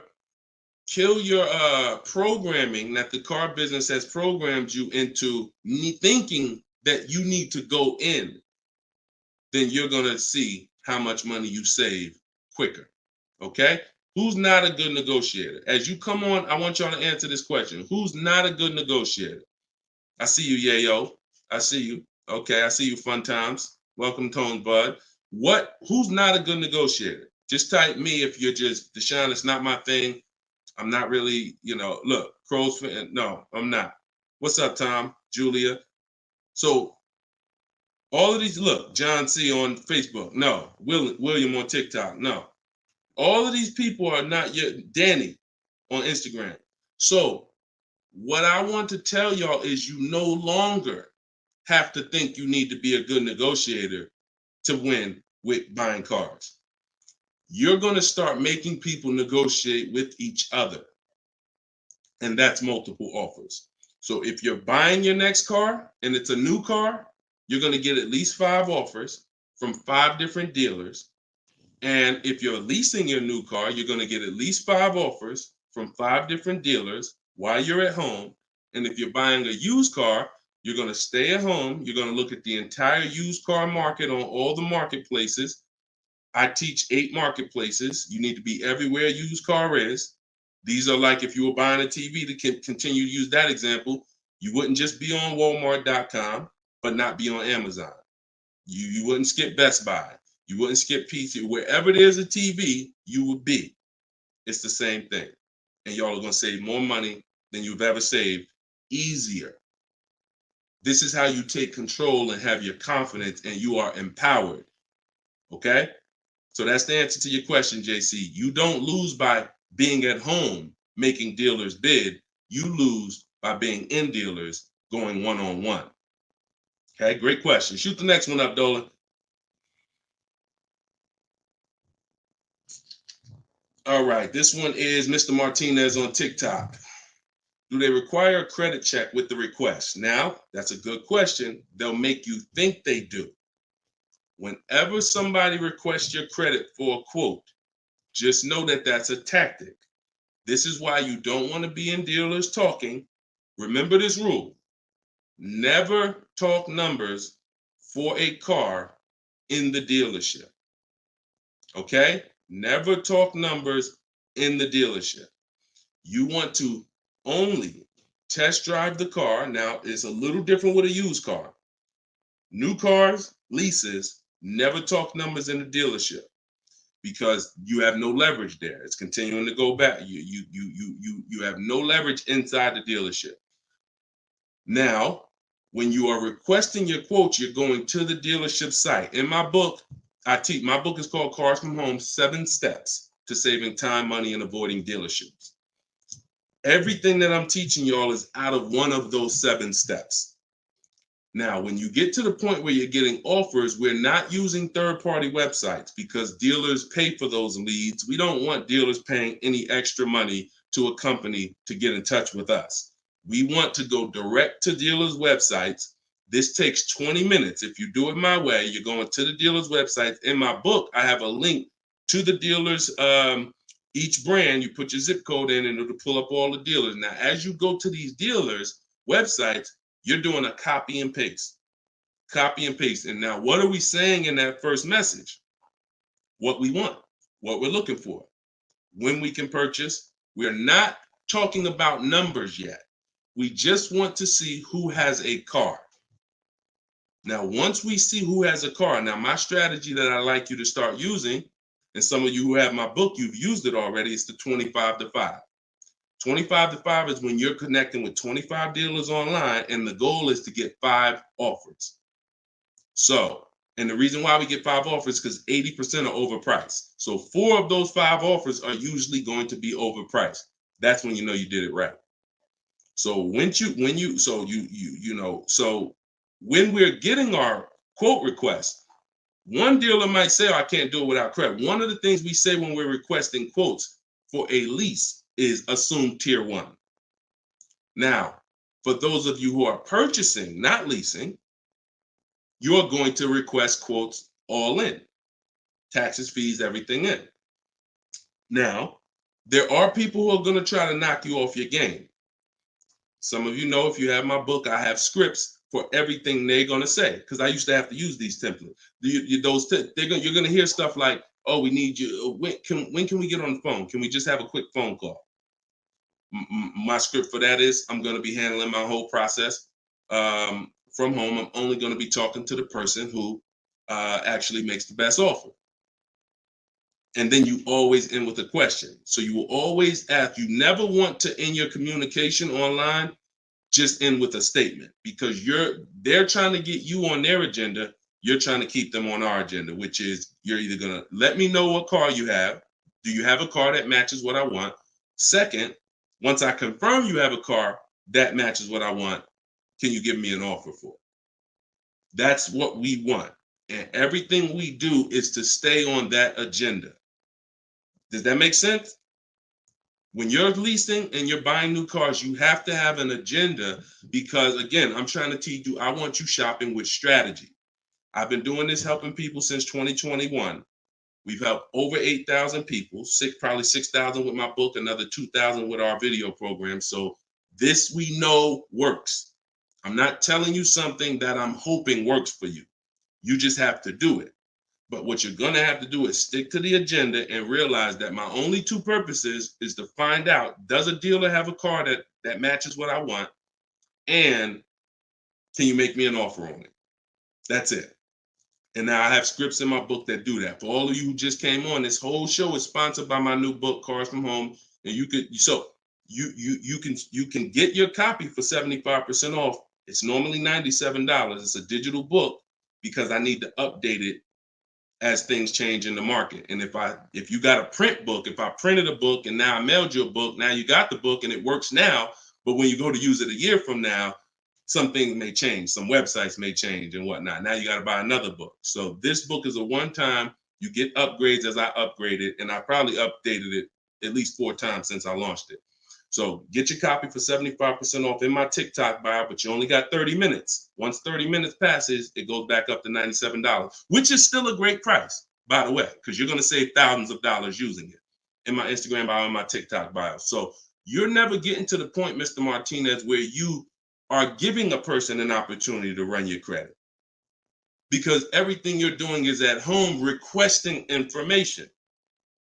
So as long as you get into the business of being at home, writing and requesting prices and seeing which dealer is going to offer you the car for the best price, you're never going to be in a position where you need to be giving your credit, because there's no reason. And if you give your credit, you really fell for the game, because now they locked you into them, which is the goal. So no reason for everybody, no reason to give credit to give somebody our credit to get an offer. All right, go ahead, Dolan. Next one.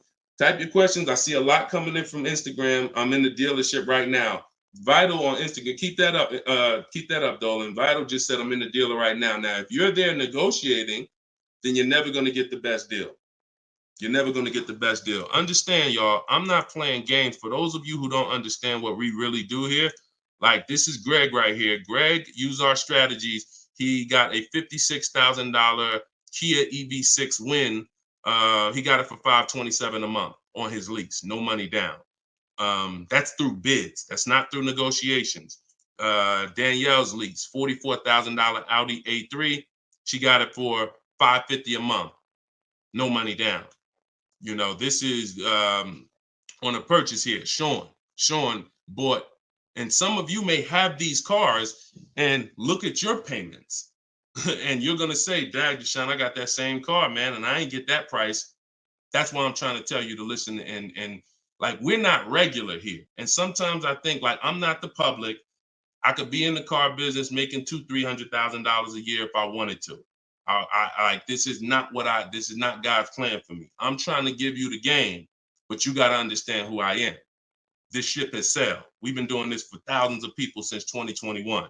If you just now here and you just finding me and you haven't used my stuff yet, like, you missed it, but understand, don't keep missing it.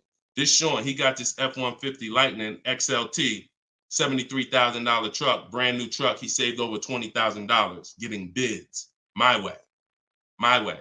And the people who learn from me, they're never going back to the old way. They're never going back to negotiating and dealing. It only take one time for you to use what I'm telling you and see how quick you buy cars and see how much money you save to realize, oh shoot, I'm never going back to that old way of car shopping again. All right. So if you want to do it, you need to leave that dealership. Unless you're just there to test drive, that's different. So Instagram. Considering leasing a car, but feels like it will keep me constantly having a car payment if I choose to keep leasing at the end. Could you please explain the strategy to leasing versus financing? Absolutely. So when you're leasing, so this is a great question. Somebody said, look, if I lease, I'm going to always have a car payment. That's absolutely true. And so there's two totally different ends of the spectrum, y'all, when we look at how we acquire cars and get the best deals on them. One is a lease. My goal is to drive a new car, always under warranty in most cases, except if I'm a high mileage driver. I'm paying pennies on the dollar compared to somebody purchasing like that same car that Greg got. He's paying $527 a month. That same vehicle would be, it's a $56,000 car. That same vehicle will be $1,000 a month on the car note, at least on a 6-year car note.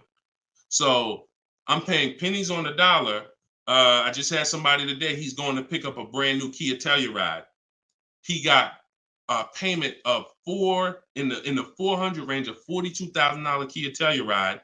Once he negotiated it, he decided he was going to put $2,500 down because he wanted his payment where it was. But he already had a ridiculously low payment. It was like a 1.1% lease deal on a Kia Telluride.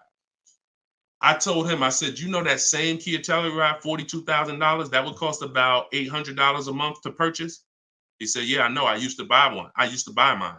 He actually had one. It got totaled. So he knows how much he was putting into that vehicle before he actually figured out he's not an 8-year person. So if you're not keeping your cars 8 years, you should be shopping for aggressive lease deals because it's pennies on the dollar. And we shop with bids because it's easy. It's fun. We're in control. And that's the way we do it. Now, the other side of the spectrum are long-term vehicles that are going to be what we call a keeper. If anybody who has a keeper in their household, type a K. If you have a vehicle in your household right now that you've had for more than 8 years, type a K.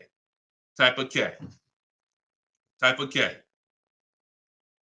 As you come in, y'all, if you're on Instagram, could y'all hit that paper airplane? It looks at the bottom of the screen.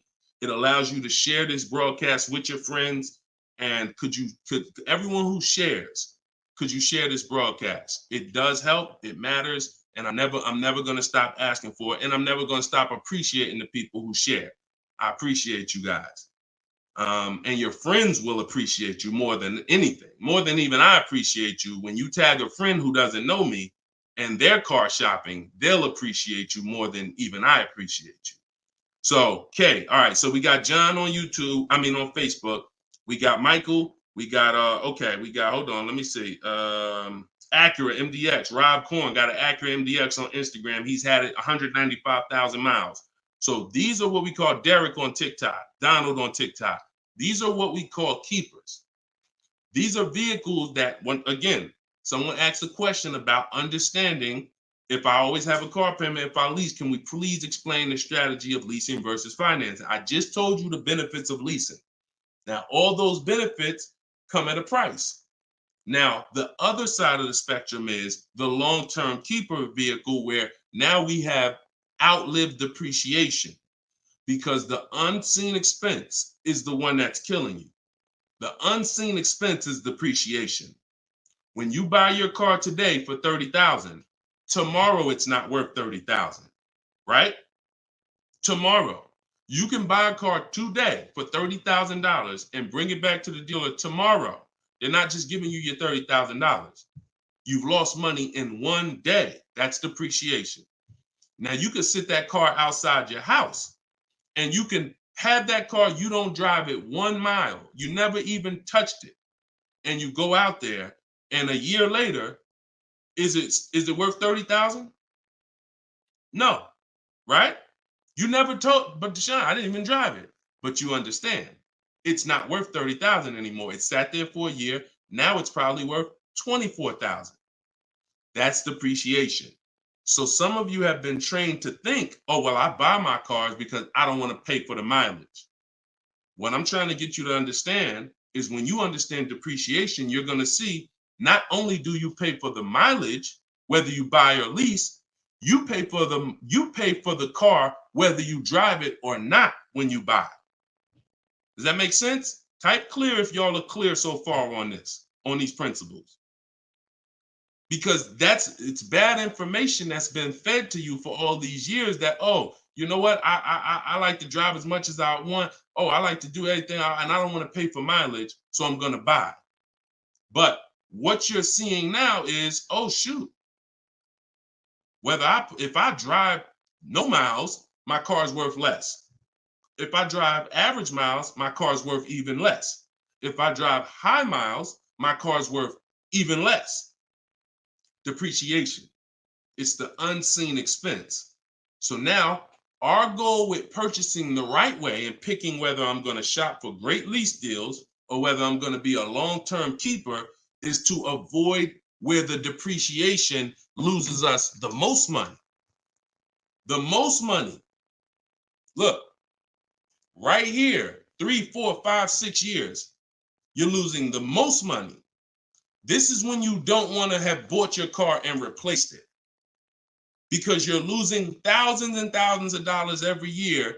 And now many of you have been taught it's okay to switch cars while you're in here, dropping. But going back to the keepers know, all right, I'm switching cars when my value is like this, my depreciation. So all of you who said out there that you got a car that you've had for 8 years, 10 years, 12 years, now you're gonna, here's what proves to you what I'm saying is true.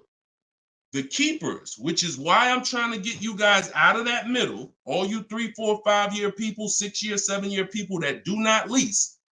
You don't keep your cars long enough to outlive this depreciation, but you don't lease. You're losing the most money by far, thousands and thousands of dollars every car you buy in resale value, because you flip cars, try to trade them in while you just lost thousands and thousands of dollars. So on the other end, those of you who said, Deshone, I got a keeper outside, if that car today is worth $5,000, a year from now, it's probably going to be worth $4,800. That means you're no longer losing value like this. You're only losing value little by little, and you've outlived the depreciation. So your goal when understanding should I lease or buy is like, Deshone, okay, how do I avoid this? Well, if you're not keeping your car 8 years, you should be shopping for leases. Everyone who told you otherwise was wrong. I'm not going to say they were malicious, but they were incorrect. And unfortunately, I call them confidently incorrect. Dangerous. Being confident and incorrect is dangerous to you and others and everyone who's going to listen to you. So I'm telling you the truth based on numbers, that shopping for lease deals is here. If I'm not keeping my cars 8 years, I need to be shopping for great lease deals. If I'm going to keep my car more than 8 years, then I'm going to purchase and I'm going to make sure I get a car that's going to last 8+ years so that I can outlive the depreciation and win with long-term ownership. But I'm not stuck in the middle. Clear? Clear? Everybody clear before we move to the next question? JC said, my man hitting on all cylinders. I appreciate you, man. This is what we do, man. I've been doing this since 2006, man. I'm not new to this. I've been helping people save money on cars and make dealers bid for their business since 2021. And that's what I'm known for. Here in New Jersey, people know when I had my brokerage, Deshone is the person that helps people save money if you listen to him. If you don't listen to me, God bless you. I wish you the best. All right, so for all of you, cue the next question up, y'all. For all of you who just jumped on, this whole show is sponsored by my new book. Everything I teach is out of my new book. It's called Cars from Home, 7 Steps to Saving Time, Money, and Avoiding Dealerships. It's normally $97, but as part of our launch, you can get your copy for 75% off. It's a digital book. It'll be in your inbox in literally 3 minutes. And if you're on TikTok, you won't leave the broadcast, so you don't have to wait until the show is over to click the link in my bio, get your copy, and then you can come back and listen to the rest. Same thing on Instagram. And we got something in the comments for Facebook and YouTube. You guys can click the comment section, or if you're watching us on television, you can scan the QR code with your phone. All right, let's go, Dolan. Shoot that next one up, brother.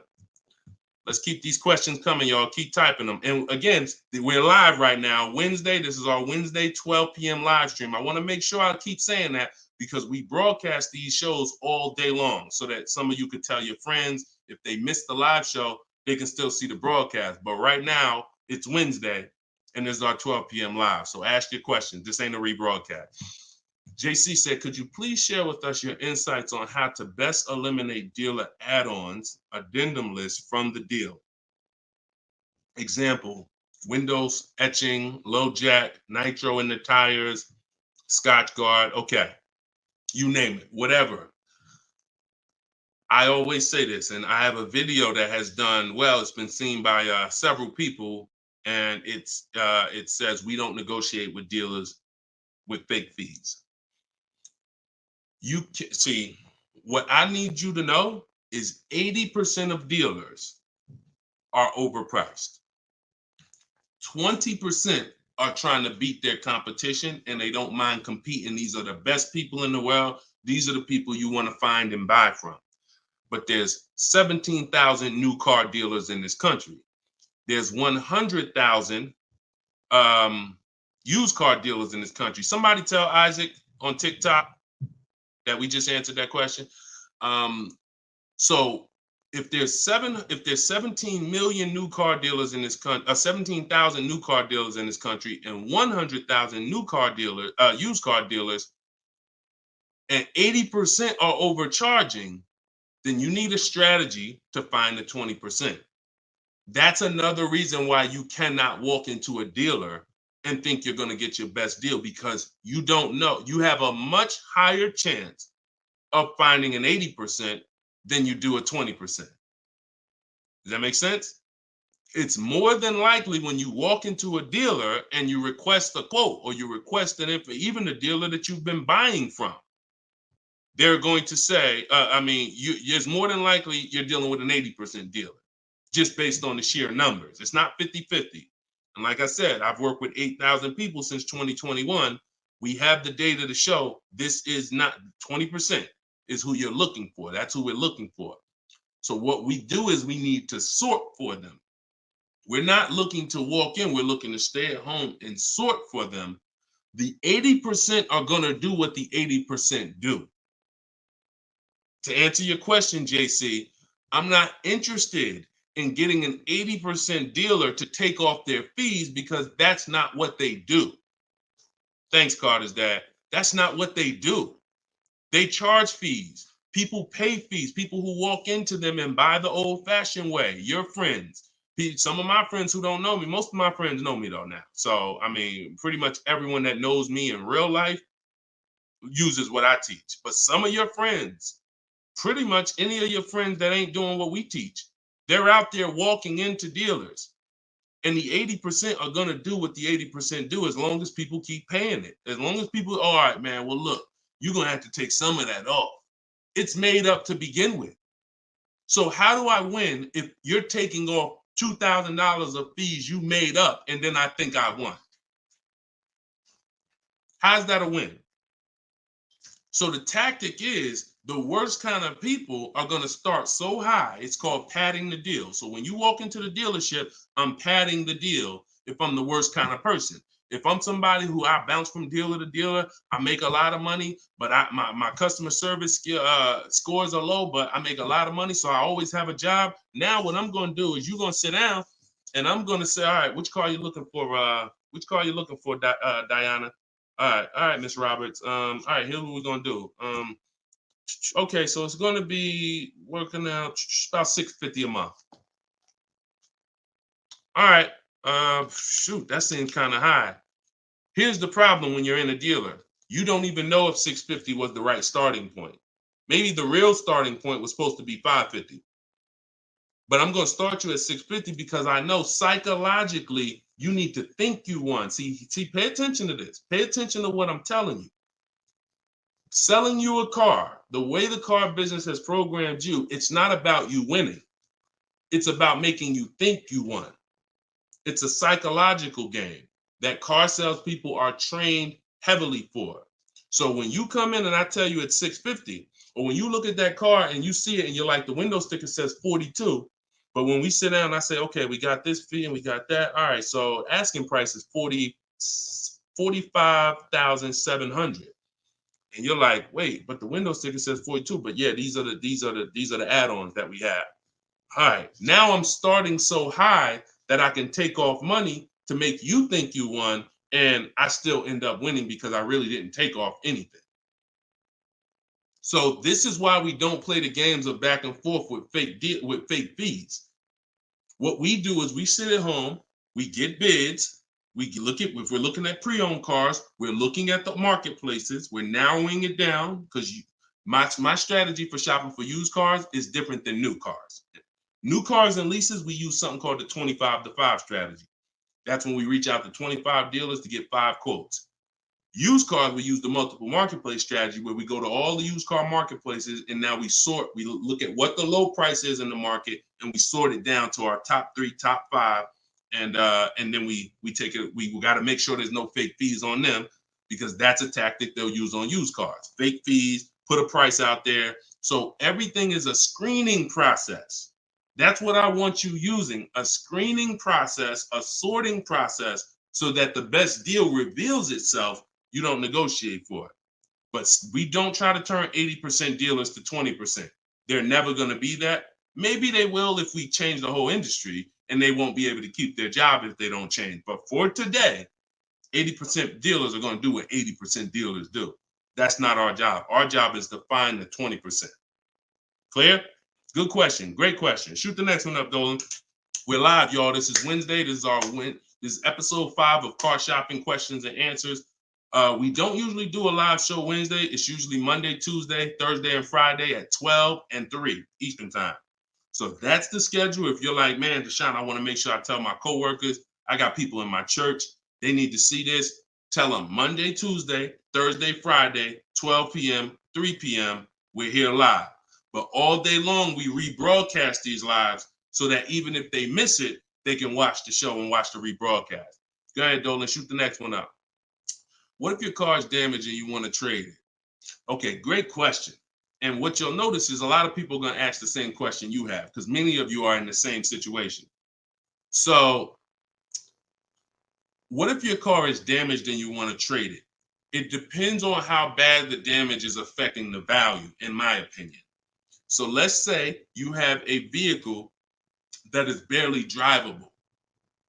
You're selling it in its worst condition, and it's making, example, let's say you got a BMW, older BMW, the transmission's slipping, or the transmission's out, it doesn't drive, or it needs an engine. Something where literally the integrity of the car is totally compromised.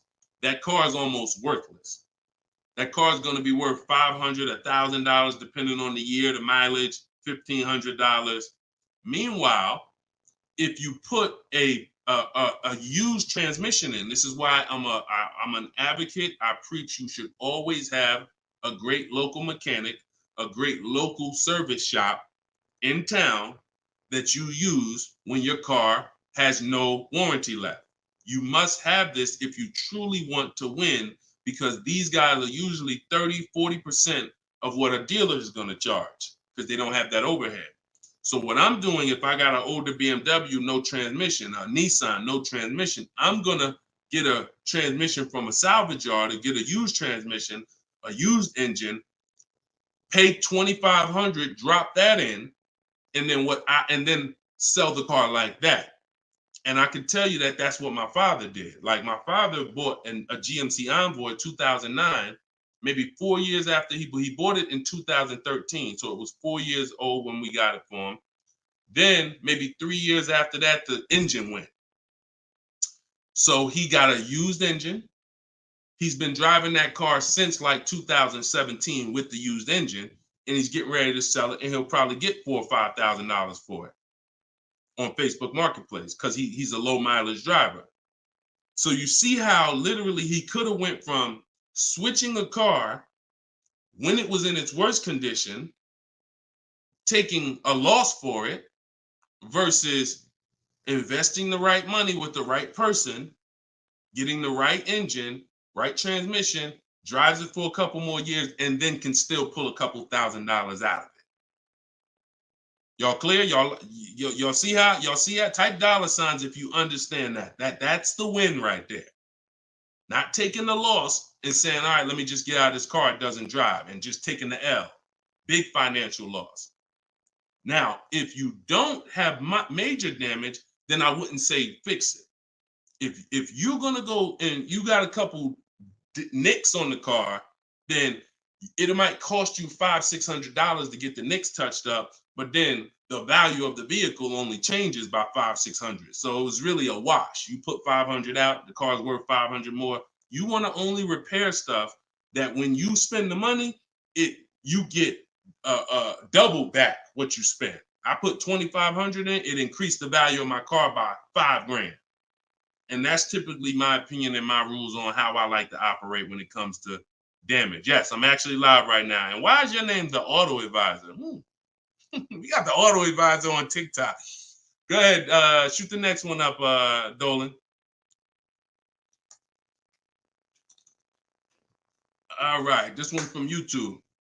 Alberto Romo. My car has some equity. Dealer called me if I want to trade it for a new one. Car has less than 30,000 miles. Should I do it? Who's getting calls from dealers right now begging them to come in and look and let them buy your car? Who's getting calls? Who's getting emails? Who's getting letters right now from dealers? Fancy Girl Kiki said me. You're getting calls. You're getting calls. You're getting emails. You're getting letters. Hey, Ruben, we'd love to buy your car right now. Hey, Isaac, we could get you out of your car early. Come in right now. A lot of you, right? I see a lot of you. The reason that's happening, look, he's saying lock on Instagram, me. So the reason this is happening, y'all, is because they're depending on you letting the dealer be your first offer for your car. Now, see, dealers know they're getting outbid right now. They're not able to buy as many cars as they used to because people are getting used to, I mean, it's almost a curse word in my book. We don't use this word. We don't use the word trade.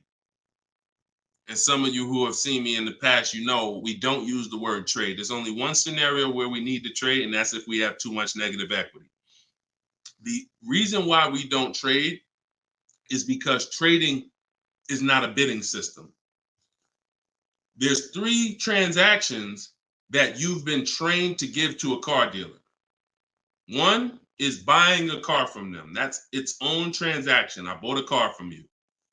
The second is getting the loan from them. That's another transaction. I got a loan from you, because there's other companies out there that only give loans. They don't even care if you buy a car. They don't sell cars. They give loans. That's a clue that there's money in the loan business. Now, the third transaction is people who want to buy your car. When you give your car to the same dealership, you gave them your old car, that's one transaction. You gave them your loan, that's another transaction. And you gave them the purchase of a new car from them. That's 3 transactions. And most times you didn't get bids on any of them. That's how you're losing money. You're probably losing $2,000 here, probably $1,500 on the loan, and then maybe another $1,000, $1,500 on your car that you gave to them. Hidden money.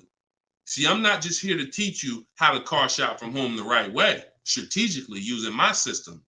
I'm also here to reveal to you the hidden money that you haven't seen in your car deals. So you got to stop doing combining transactions. That's why we don't trade. We get offers in my book, step 2. My book is 7 steps. Everything I teach is 7 steps. Those 7 steps won't change. First step is most important question. That's leasing versus buying. How many years you keep in the car? Second step is equity assessment. I need to get offers for my current car, my current lease, see if I have any equity, see if I can break even, or see if I have negative equity. Third step is deal structure. I need to find out how much this car is supposed to cost if I get a deal on it. I'm budgeting for a deal. See, we don't budget based on how much I could afford. I'm budgeting, I'm looking at a car if I'm going to lease and saying, if I'm leasing, this is what a good deal would be on this car. I'm budgeting if I'm purchasing, this is how much I'm coming up with. Watch this. Many of you go in and I only want to spend no more than $500 a month. Or hey, I only want to spend no more than $30,000. You end up spending $570, or you end up spending $31,500. Or they say, hey, yeah, we got you to $30,000, but what about the taxes? All right, well, I guess I'll just put that on a credit card. So you end up going over budget because you shop with your max budget in mind. We never shop with our max in mind. We shop with multiple goals below our max so that we always, no matter where we land, we're under our max budget. That's step 3. Step 4, we do something called shopping, not buying. We don't mix the two with my system. Shopping is deciding what you want. Buying is step 5 when we go into the market and we start getting offers on what we want.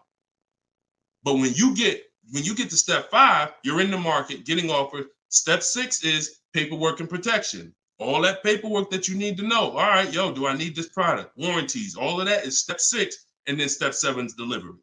So everything I'm teaching you falls under one of those 7 steps. And I'm trying to get you to use a system instead of winging it.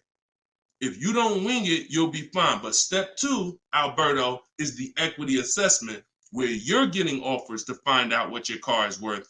You can give the dealer an opportunity later to beat it, but you need to know. That's why we don't respond to those. Hey, come on in. Let me look at your old car. Let me buy your old car. Hey, come on in. Let me see. You need to call your bank for a payoff, and you need to go to CarMax, Driveway, Carvana, Kelly's Blue Book Instant Cash Offer, AutoNation, Sell My Car, Car Google, Sell My Car. Take you 20, 25 minutes to do your equity assessment, and you got real cash offers that you'll know if I have equity in my car, and you'll know these people can cut me a check in an hour. And now let me go prepare to shop for my replacement car because these companies already bid on my old car. Type clear if y'all are clear on that. That's the equity assessment. That's my 7-step system. That's why my book is called Cars from Home, 7 Steps to Saving Time, Money, and Avoiding Dealerships. All right. All of you could get a copy. You could get your copy for 75% off. It's normally $97, but as part of our launch, you can get it in my TikTok bio for 30 minutes for 75% off. Once the timer goes back up, once the timer expires, it's back up to $97. So get your copy before the timer runs out. Same thing with Instagram. Go to my Instagram bio. You'll have it 3 minutes and you come back to the show. And if you're on Facebook or YouTube, we got links in the comment section for you. All right. Great question, though. Look, go ahead. Shoot the next one up, Dolan. It said, this man, bro, spitting gold fire for real. I hope this isn't going over anyone's head. Me too, bro. Listen, me too. Keep that question up. Fancy girl Kiki from TikTok. But me too, bro. Like, I'm sitting here, man, and I pray every day that the Lord help me to look. I want you to even see. I gotta unlearn. That's why I represent this brand. I got to unlearn. Like, I have been programmed, and the people who programmed me have actually programmed me because they make more money by me staying programmed. So some of you, it's unfortunate, are not going to spend $24. You're not going to spend $24. Now, I had people get the book for $97. It's people that might be on here that say, man, I got the book before we even had this sale. $97, but some of you are not going to spend $24 to get the book.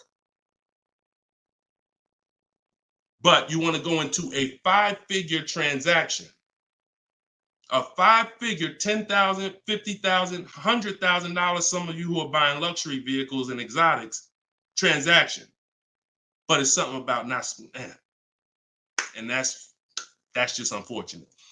All right, fancy girl Kiki from TikTok. Is it true that you can have your down payment go towards your payments? So all right.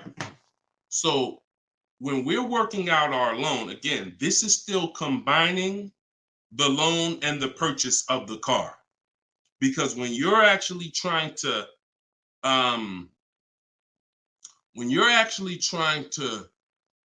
figure out and hope your down payment goes towards the payments and actually goes towards the car versus you basically just giving it to the dealership or maybe losing it to, not going to the car, you're mixing.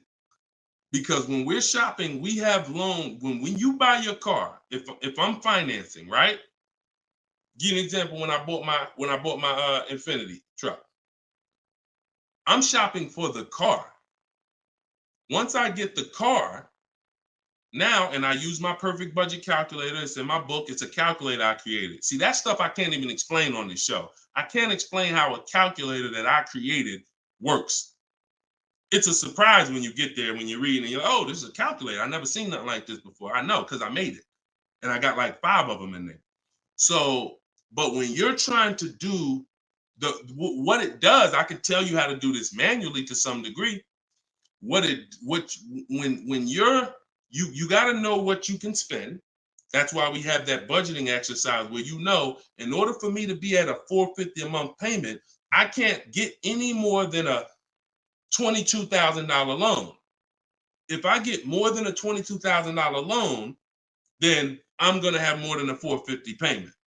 So now you might say, okay, 6 years though, because if I go 6 years on the loan, then maybe I could get like $25,000 depending on my interest rate. But I need to know how much car I can buy based on where I want my payment to be.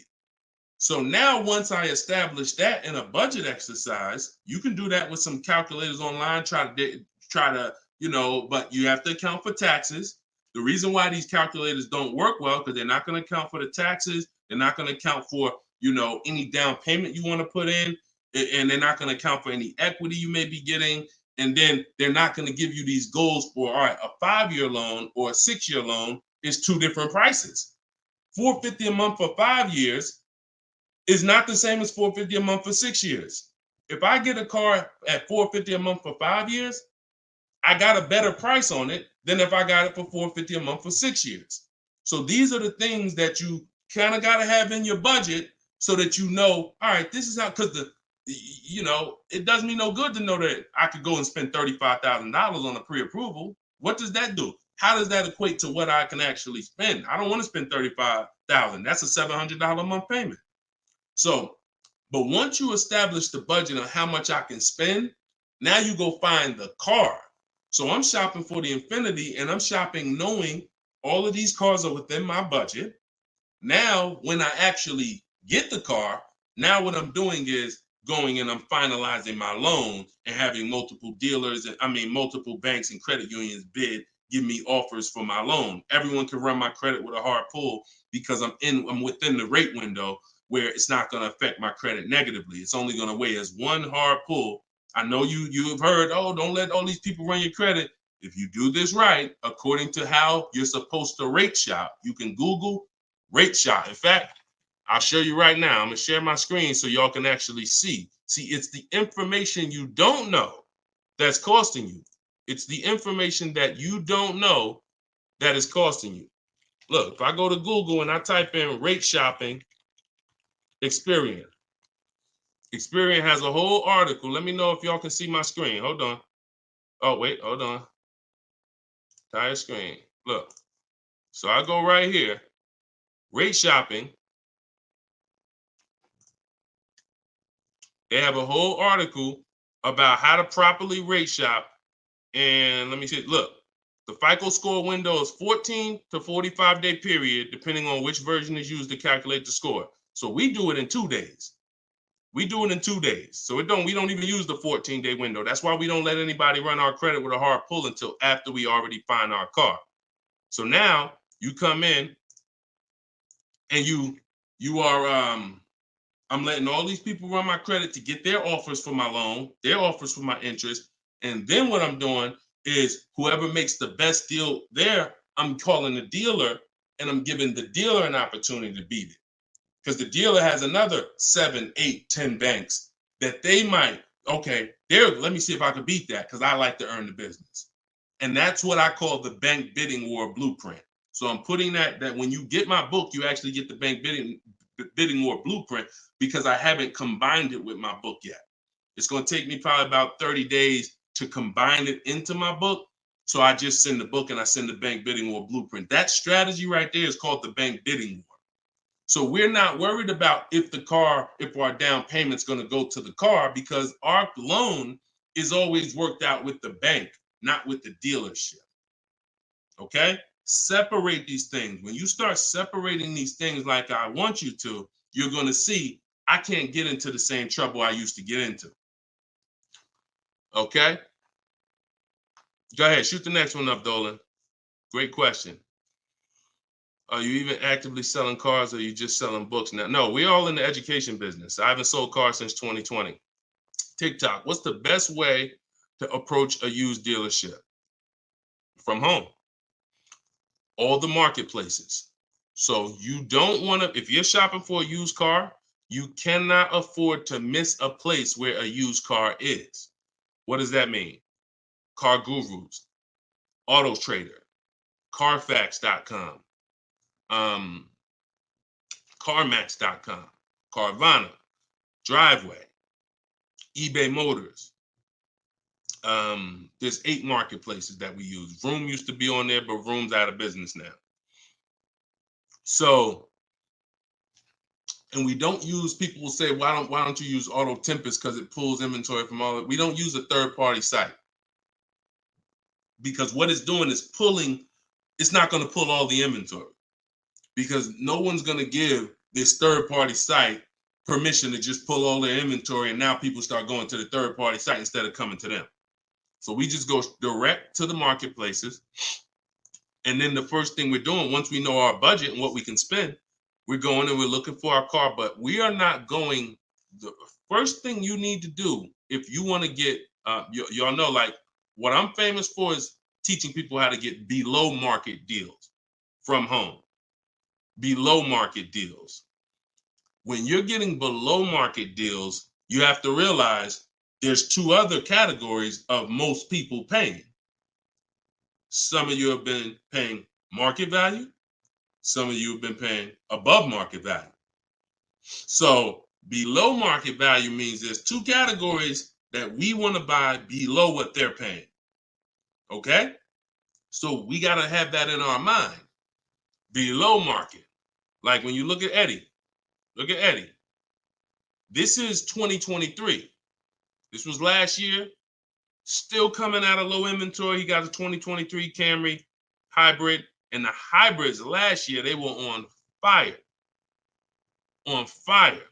Like, so they were still charging $2,000, $3,000 over sticker price for the, he got $2,086 under MSRP getting bids. That was his lowest bid. Okay? He said, I had a 1-week window. So those of you who are like, Deshone, I need a car in a week. When you get bids, it ain't nothing. He said, I actually completed the process in 4 days. So below market deals where people are paying sticker price and they think they won. You know what? Hey, you know what? The best deal is, at least I didn't get a markup, sticker price. Now, let's get back to approaching the used cars. When we open up when we get in used cars. Oh, wait a minute, yo, banana dad, you funny, man. So when we get in used cars, so our goal before we could get a below market used deal, we have to know what the market prices are. So when we open up those marketplaces, the first thing I want you to do is look and sort from lowest to highest prices on all of them. Lowest to highest prices. Well, the first thing we actually do is start an account. You want an account because we want to get alerts of all new inventory. So we start an account on all the marketplaces that we can start an account on. Now we're going to look and sort from lowest to highest, and we're going to look and see what the low side of the market is. Low side of the market, low side of the market. Now I might say, okay, the low side of the market is about 22, 23. If you're doing it right, you're always going to have prices that are $3,000, $4,000, $5,000, $6,000 more. If you don't see that type of spread, you're not doing it right. So now we know this is the low side of the market. Now here's what comes with the low side of the market. Bad Carfaxes, frame damage, salvage titles, sketchy history, Damaged cars, that's good. That's what comes with it. What we're looking to do is see where those cars are priced at, and we're looking to be right above them. And from there, we have a particular system of how we're going to sort based on title history, service records, extremely important. We will not buy a used car without great service records. Then we go to accident history. There's a couple different types of accidents: serious accidents, airbag deployed, vehicle towed. All of this is serious accident. I appreciate you, JCAA. Shout out to the sharers on TikTok.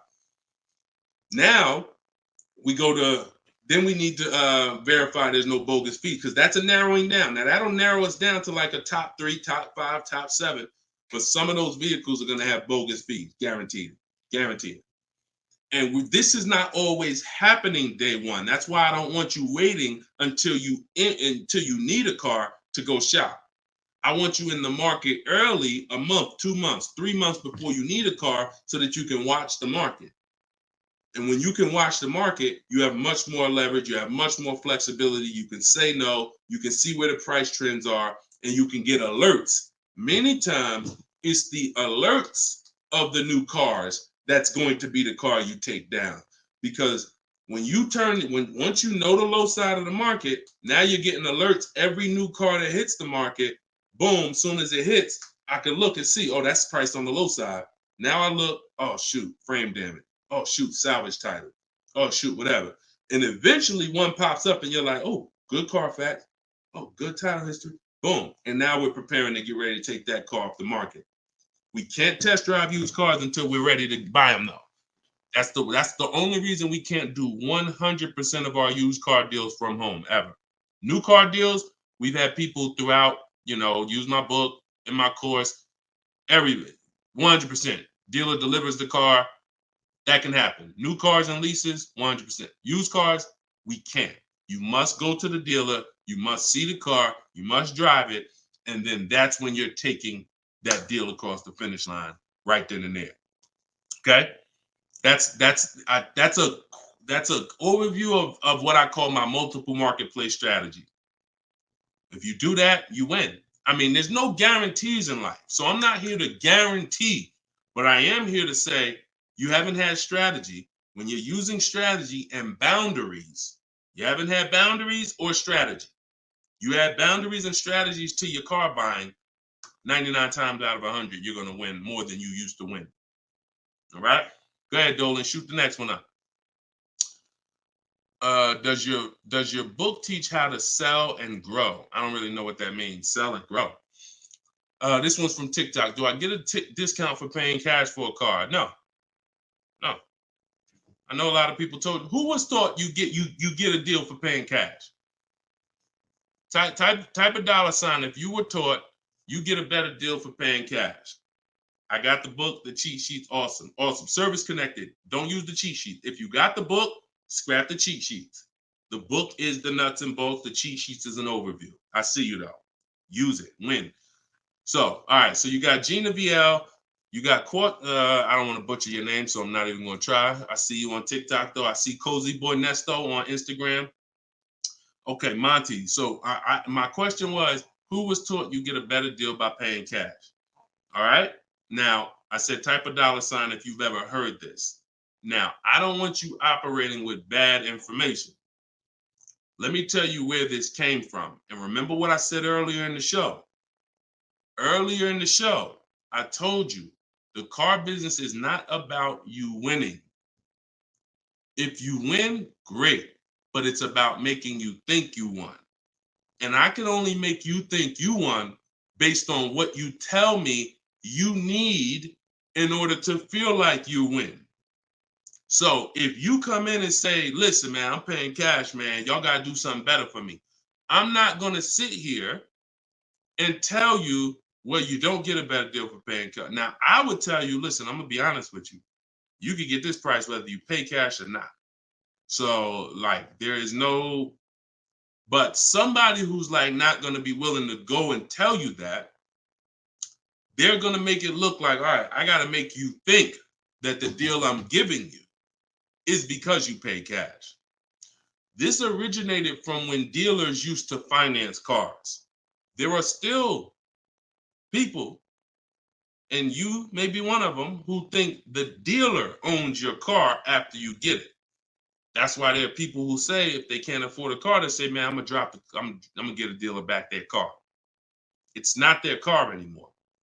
Unless you're dealing with like a buy here, pay here place where they're actually extending the loan to you, it's not the dealer's car anymore.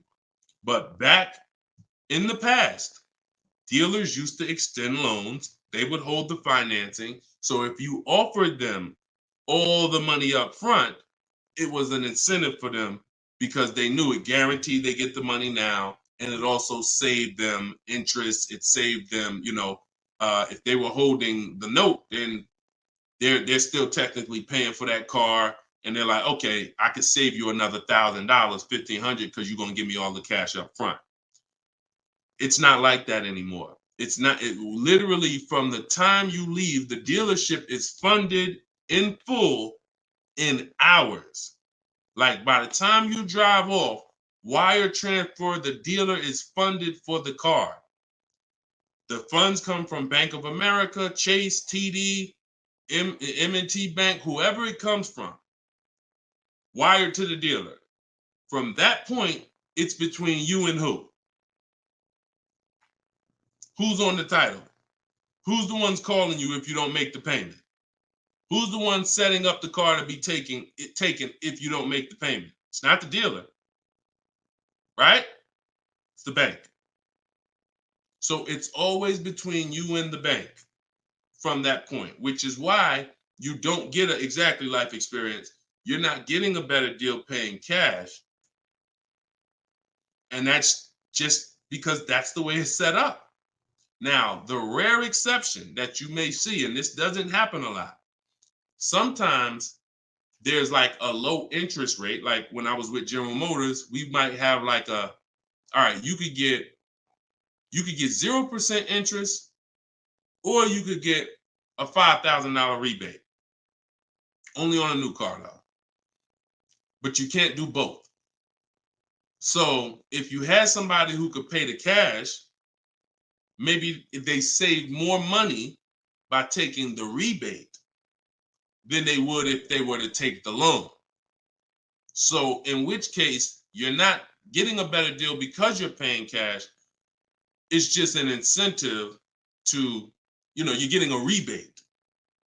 But so those are these are very rare circumstances. So I just don't want you going in and telling you that you heard that from me. And I'm just telling you that's the truth. Like that is the truth. And when you really look at how banking works and how dealerships work and the fact they don't own the car, you'll understand there's no incentive to you paying cash at all. And if you're not investing your cash, see, I want you to also think about what you're doing with your money. Because if you want to pay cash, God bless you. Pay cash. Interest rates are high. Put as much down as you can. Pay cash. Get the loan out of there as fast as possible. You're paying 6, 7, 8, 10%, 12%. Get the loan out of there. Pay it off or make a large down, only finance a small portion of the car. But if the rates are low, which at some point we do believe rates will be low again, or I always tell people in the bank bidding war, you got to check, see if there's any special interest rates. There might be 0%, might be 1%, 2%. So if those instances exist, there are people who your money's invested. You're getting 8% on your money. You're getting 6%. You're getting 10%. You're in real estate. You're getting 15%. It makes no financial sense to take that money that's earning money for you out and put it into a car that is going to lose money for you. That $20,000, $50,000 you put in the car is going to be worth half of that in 3 and 4, 5 years. 5 years, it'll be worth half. So these are the things I talk about. I don't believe in one size fits all car advice, y'all. That's why I'm always saying it depends on this situation. If you're this type of person, if you're keeping your cars 8 years, you should be buying.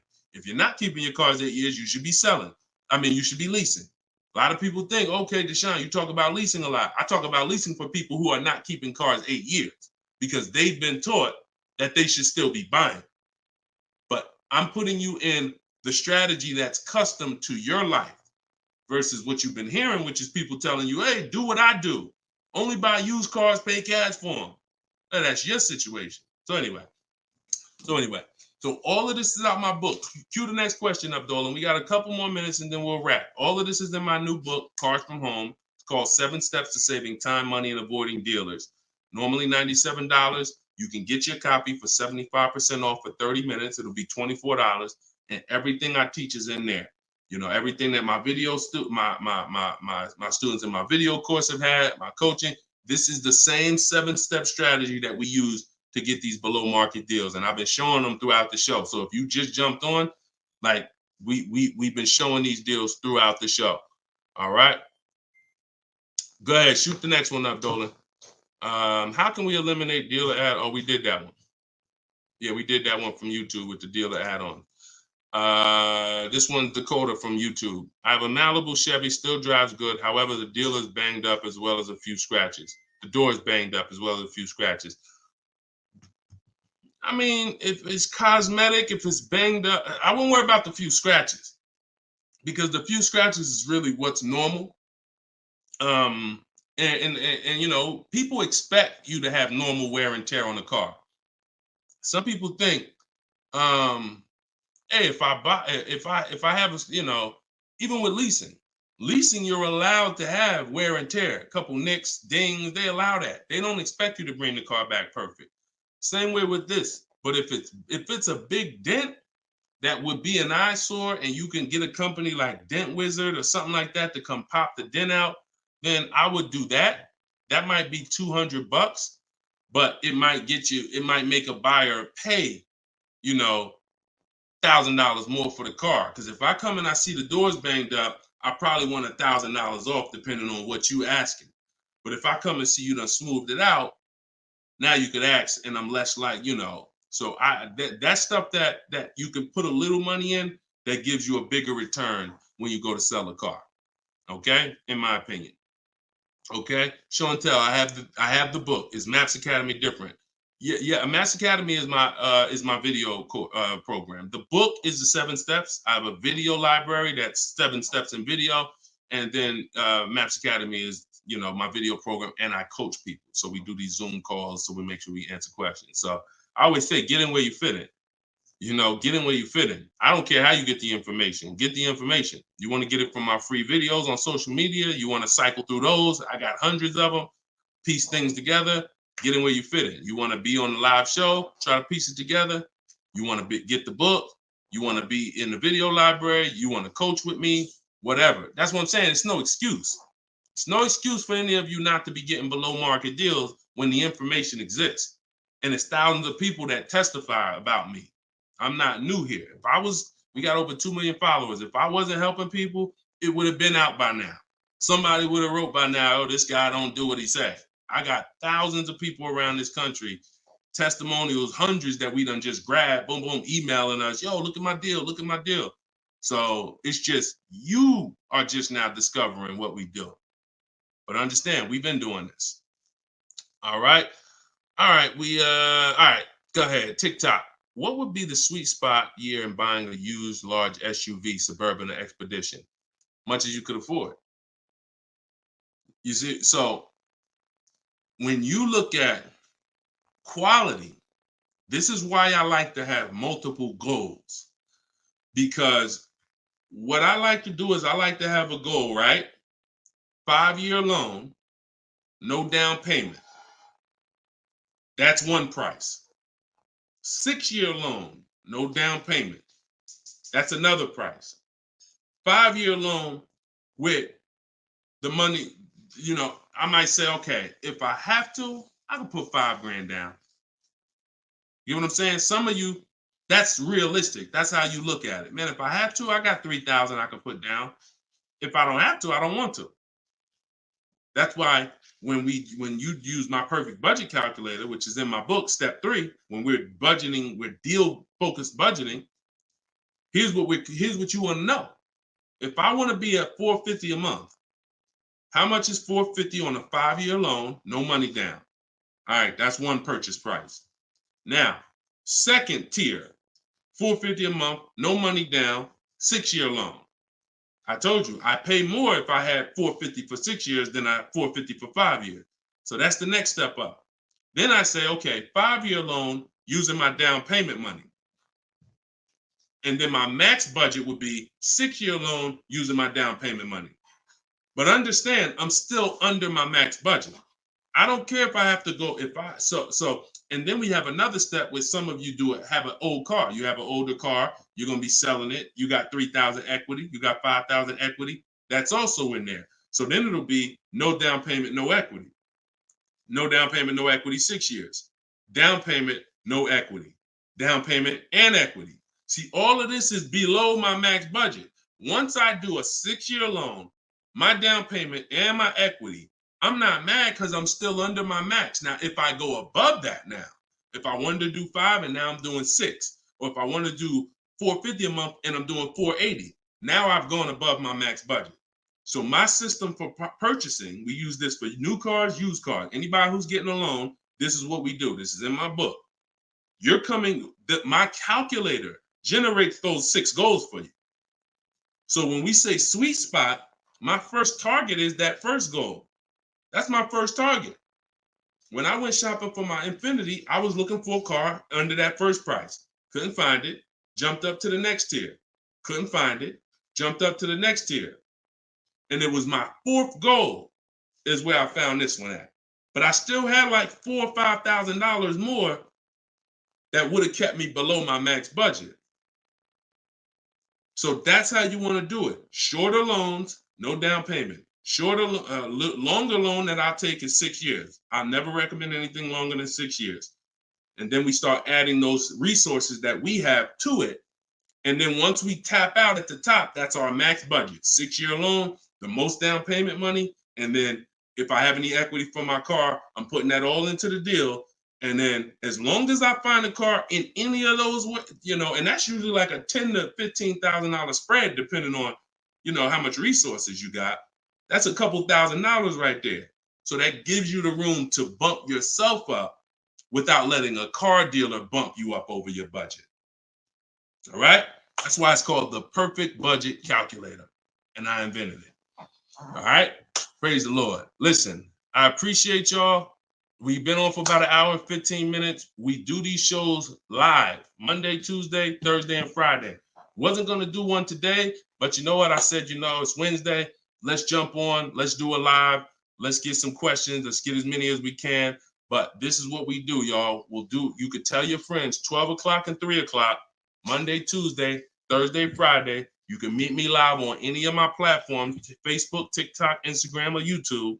And we'll be doing this live Q&A to make sure you guys get what you need to save money and get below market car deals. That is the goal. So for those of you who like Deshone, I appreciate the show, but I want everything in one spot, man. I don't want to even have to come back to this show anymore. That's all in my new book, Car Shopping. It's called Cars from Home, 7 Steps to Saving Time, Money, and Avoiding Dealerships. You can get it for 75% off in my TikTok bio.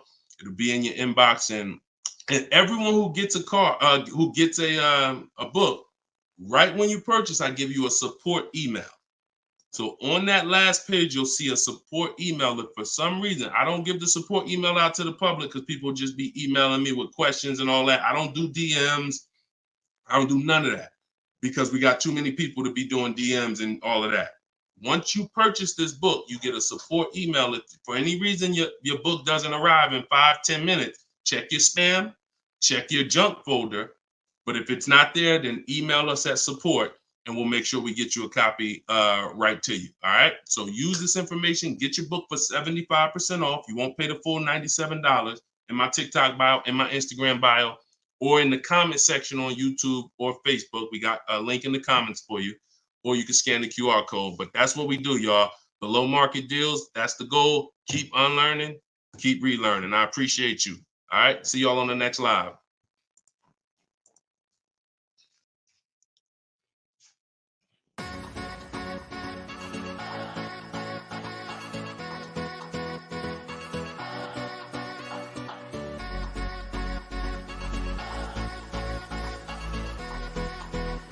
The worst possible thing you could say when you walk into a car dealership. I spent 5 years with Mercedes-Benz, 5 with General Motors, and the worst thing a person could say when they walk in is if you could just get me to this payment, we got a deal.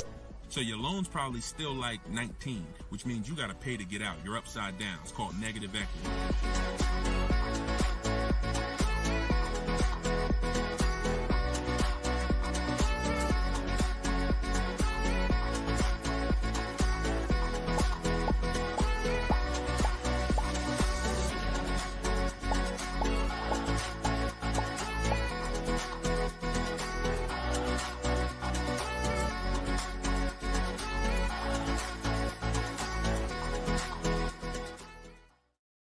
Gail, welcome everybody to episode 6 of Car Shopping Questions and Answers. I am your host, Deshone, publicly known as Deshone the Auto Advisor. We do these shows Monday, Tuesday, Thursday, and Friday live at 12 p.m. Eastern Time and 3 p.m. Eastern Time. So I know some of you may see our live rebroadcast. That's for you to tell your friends about. That's when you can't make the show, you catch the rebroadcast. But those are the times that we're live. If you don't know me, I'm the author of the digital book Cars from Home, 7 Steps to Saving Time, Money, and Avoiding Dealers, currently rated 4.94 on Goodreads.com. So thank you to everyone who has reviewed the book, the digital book. All of you can get the copy for 75% off during the show for the next 30 minutes. You'll see when you click the link in my TikTok bio, there is a link, there's a button for you to get 75% off. So you won't pay the normal $97 price. Same thing with Instagram. And you guys on Facebook or YouTube, you can click the button in the comments and you can get your copy. So come on in, start typing your questions. We do this, we do rapid fire Q&A. I see a lot of people coming on the TikTok, and we got Dolan pulling questions. So no matter where you're watching us from, type your questions and we're going to pull them into the live show and we'll get them answered right now. All right. So I'm excited about this show. I see we're continuing to see people getting below market deals. If you don't know that the goal is for you to get below market deals, and the goal is for you to not spend more than 30 minutes in a car dealership. I spent 14 years in car dealerships. So you're not learning from somebody who's just like you. I'm just like you in that, I buy cars, I lease cars. That's the way we're similar, but I'm an insider. I'm an auto industry insider. My business for 14 years plus was in car dealerships. So start typing your questions. Let me tag everybody on Facebook and let's get down to business. Okay, whenever we get the first one, Dolan will put it up. Let me just tag my people here on Facebook. All right, there we go. Okay, what's up, Skinner? Good to see you. What's up, Angel? What's up, Jill, man? Good to see you. Yep, what's up, Jason? Great to see you. All right. Brother said he's been doing it. Oh, what's up, Auto Advisor? Good to see you. Absolutely. All right, y'all got to type fast. I know you probably, and try not to make your questions long. Try to get all your question in one shot, but try not to make it too long where it can't fit in.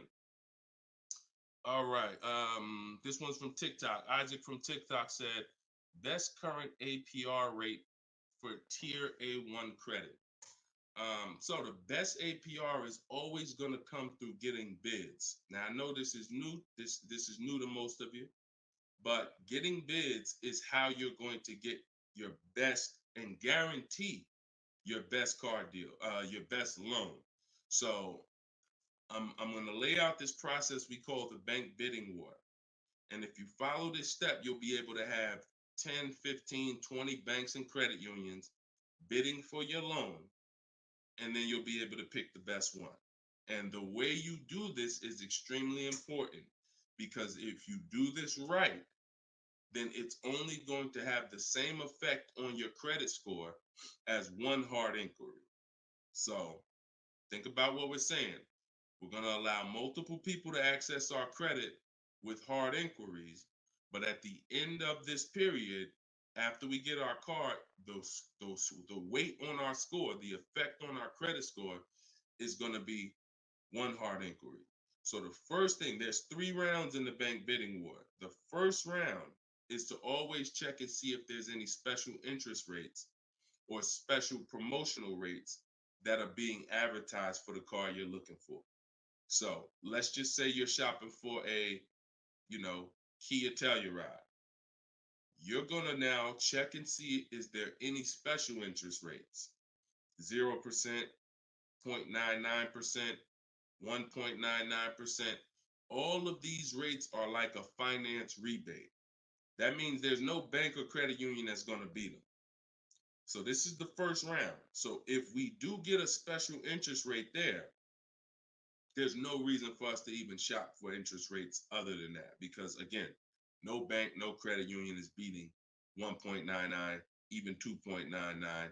Now, here's what you have to check when we do that.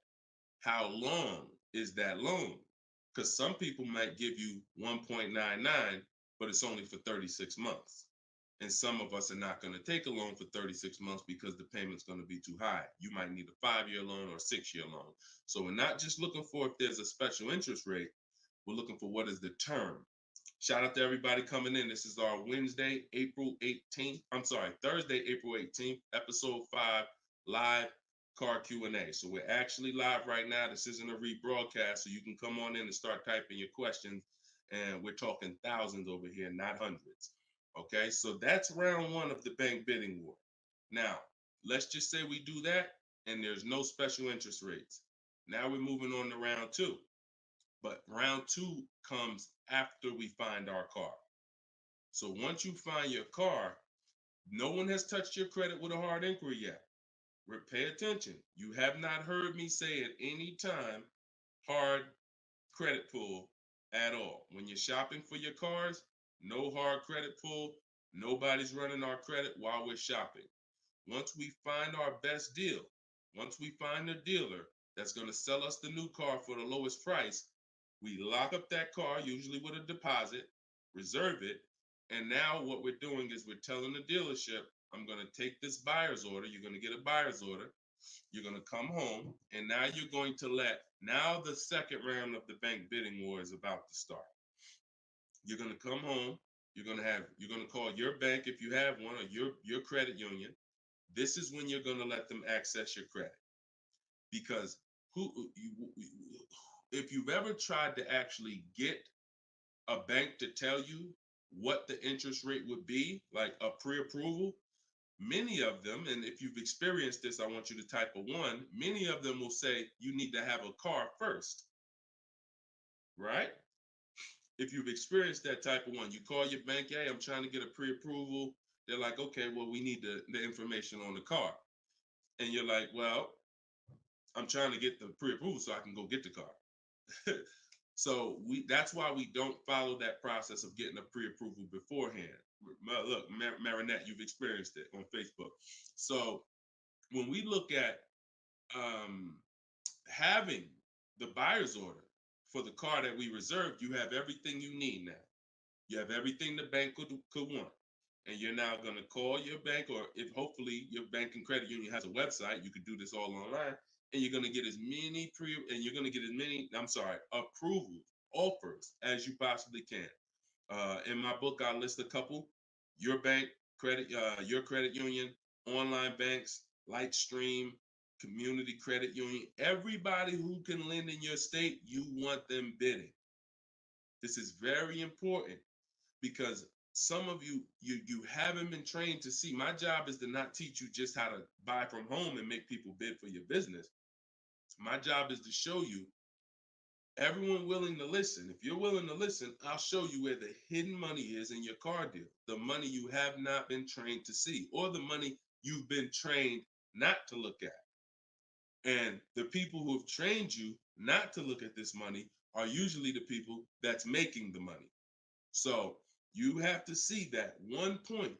Let me give you a scenario here. Let's go to an auto loan calculator so you can see how much money is just in your car loan. Just in your car loan. And we're going to do a couple different interest rates so y'all can take this serious, and you'll see why you need to be getting multiple bids for your interest. So if I'm buying a $30,000, if I'm looking to borrow $30,000, let's take $30,000 for an example. Average, pretty good average. Average price of a car is probably higher than that, but let's use 30. Now, if that interest rate is 5.99, total interest paid is $4,791 over the course of 5 years at 5.99. If the interest rate is 7.99, total interest paid is $64.89. That's over $2,000 difference. 2 points, $30,000 loan. Now, some of you are going to be borrowing more than that. Some of you are getting $50,000 loans. Interest at that same 7.9 on a $50,000 loan is $10,815 over 5 years. Now, if you can get 2 points less, 5.99, interest is $7,984. This is $3,000 difference. So, do you see how if you're not taking getting the best loan offer just as serious as you're taking trying to get the best price, you get a good price and then you'll give it back to the bank who's giving you the loan. So this is why we get big. So we're now going to let all these people run your credit. This is when you do your hard inquiry. You don't do it before this. Hard inquiries, credit unions, online banks, your bank, your credit union, everybody's bidding now. And now what you're going to do, once you take the best offer from that round, that's round 2, that's when you're going to call the dealer and you're going to tell them what that best offer is and see if they can beat it. Because the dealership has another 7 to 10 to 12 banks that they're going to be competing to try to get your business.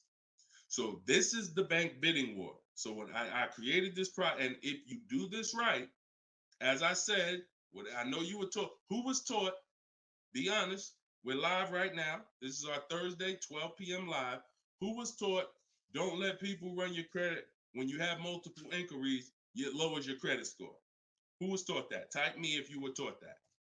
Don't let these banks, don't let people run your credit. You can't have all these people doing hard inquiries or they're going, it's going to jack your credit score up.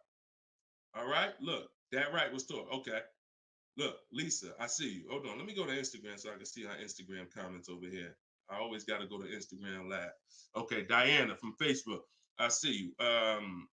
Hold on. Let's get Instagram in the building. Give me a second. All right. Marinette. All right. Marinette. Okay, I see you. D, I don't even want to try to pronounce your name, but I see you on Instagram. So it's partially true and it's partially wrong. You have to do it the way I just laid out for you. That's called the bank bidding war. And if you want to prove this for yourself, you can simply type in rate shopping online and you'll see this is how the credit union, this is how the credit bureaus allow you to rate shop. So they'll give you 14 to 45 days to do it. If you do it like I just told you, it'll only take 2 days. 2 days. One day you're doing all your stuff at home. We're getting all our lenders at home to bid. The next day, we're getting the dealers to get their lenders to bid. And then we're making a decision on who got the best offer. So don't ask yourself. I never want you asking yourself. I never ask myself, did I get the best deal? That's a question of disempowerment. That's a question of weakness. We don't want that. What you should be saying is, following this process, I guarantee I got the best deal because I got offers from all these banks. I can't get offers from 15, 20 banks and not guarantee I got the best rate. The way you shop, or you've been taught to shop or programmed to shop, you're only getting offers from one bank, or you're just letting the dealer do it all for you. That's where your buyer's remorse comes from.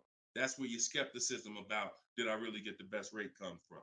So we won't know what the best rate is until we get all the bids. And that's how we do it. So everything that I'm teaching y'all is part of what's in my book, rated 4.9 on Goodreads. It's called Cars from Home, 7 Steps to Saving Time, Money, and Avoiding Dealers. You could keep typing your questions because Dolan's going to pull the next question and you can put it up on the screen now, Dolan. Put the next question up. But all of you can get your copy for 75% off as long as you get to my website before the 30 minutes expires. This is a welcome offer. Normal price of the book is $97, and it's worth every penny. It's worth actually thousands. But special welcome offer, you get it for 75% off in my TikTok bio, in my Instagram bio, or in the comment section on YouTube or Facebook. Okay, this is Monty from YouTube. She said, my mother's looking to start a new lease soon, but she only drives 5,000 a year. What's the best option? Low mileage lease if she's not keeping the car. So if she's not keeping the car, Monty, watch this. I run this scenario a lot, and I want y'all to, because some of you, you were taught never to lease. If you stick around this channel long enough, you'll see probably within minutes that that's some of the worst advice that you've ever listened to. If you don't keep your cars 8 years, so we'll talk about that. And we show examples. It's not even up for debate. People who try to debate it, they're emotional and they're tied to old advice. So once you have decided you're leasing, which means I'm not keeping my car 8 years, I want to avoid that depreciation, then I need to be shopping for aggressive lease deals, because it's the short term. Again, this is another unseen expense, depreciation.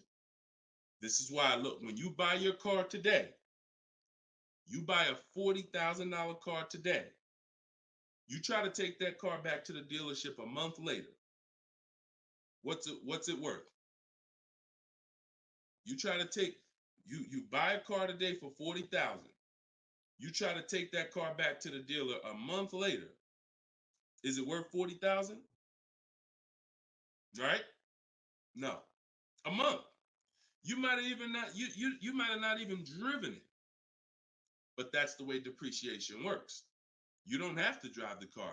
In fact, here's another scenario. You could park the car outside your house for a year. You buy it for $40,000, park it right outside your house, don't even touch it. Just start it every now and then to keep the engine running. You come back a year later, that car is not worth $40,000. It's worth probably $32,000. Dang, how did I lose that much value and I didn't even drive it 1 mile? Depreciation. That's called the unseen expense. So whenever you hear me talk about the unseen expense, it's depreciation. So your job is to find the strategies, which is what I teach, to make sure you avoid the depreciation hit. So if you buy a car, Monty, even if she doesn't drive it, even if she only drives it 5,000 per year, 5,000 miles a year, like you're saying, she's losing value. And what she's doing when she replaces the car is she's hoping she could get some of that value back that she lost. It really never happens. Who understands that when you go to trade your car in, you never get what you really thought you were going to get for the car, right? Now I'm going to ask you a question. Everyone who has a car outside that's 10 years old or more, 10 years old or more, type me in the comments. Matter of fact, let me know how many years you've had the car. That's a better one. Type how many years you've had the car. And for those of you who just came to the show, this is our Thursday, 12 p.m. live show. We're actually live right now. This isn't a rebroadcast, although we do rebroadcast these shows throughout the day, all day, so that you can actually catch up, watch the replay. But this is our time. We're live Monday, Tuesday, Thursday, and Friday, 12 p.m. and 3 p.m. Make sure you're here. If you want to engage with us, make sure you're here. If you want to tell your friends, this is the time to be here. Okay. So we got people 11 years. Can Skin on Instagram, 11 years, 13 years. Jessica on YouTube, I see you. 6-year Jeep Wrangler.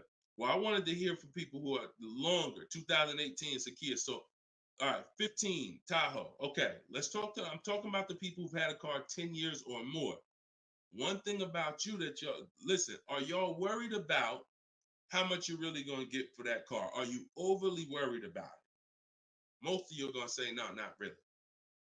It's worth a couple thousand, but you've used most of the value. You understand that? Look, Big Meek said I got 08 4Runner on TikTok. So we understand when you have kept your car long term, I'm not concerned with resale value much, because my whole goal with having this car was to use up most of the value. So that's what you do if you're a buyer. If you're not going to get to this level, this is what I'm telling you. that you are now losing because the depreciation of your car is the highest in the first 5-6 years. So in order for you to win, you have to keep that car, what I call the 8-year rule, 8 years. That's when the depreciation starts to level out, where you're not losing value like this. And so regardless of how much you're driving, that's not the key. That's not the key. Monty's mom is driving 5,000 miles a year. Who's a high mileage driver driving more than 18,000 miles a year, type HM? I want you to know, I want to cover all the bases for this question here.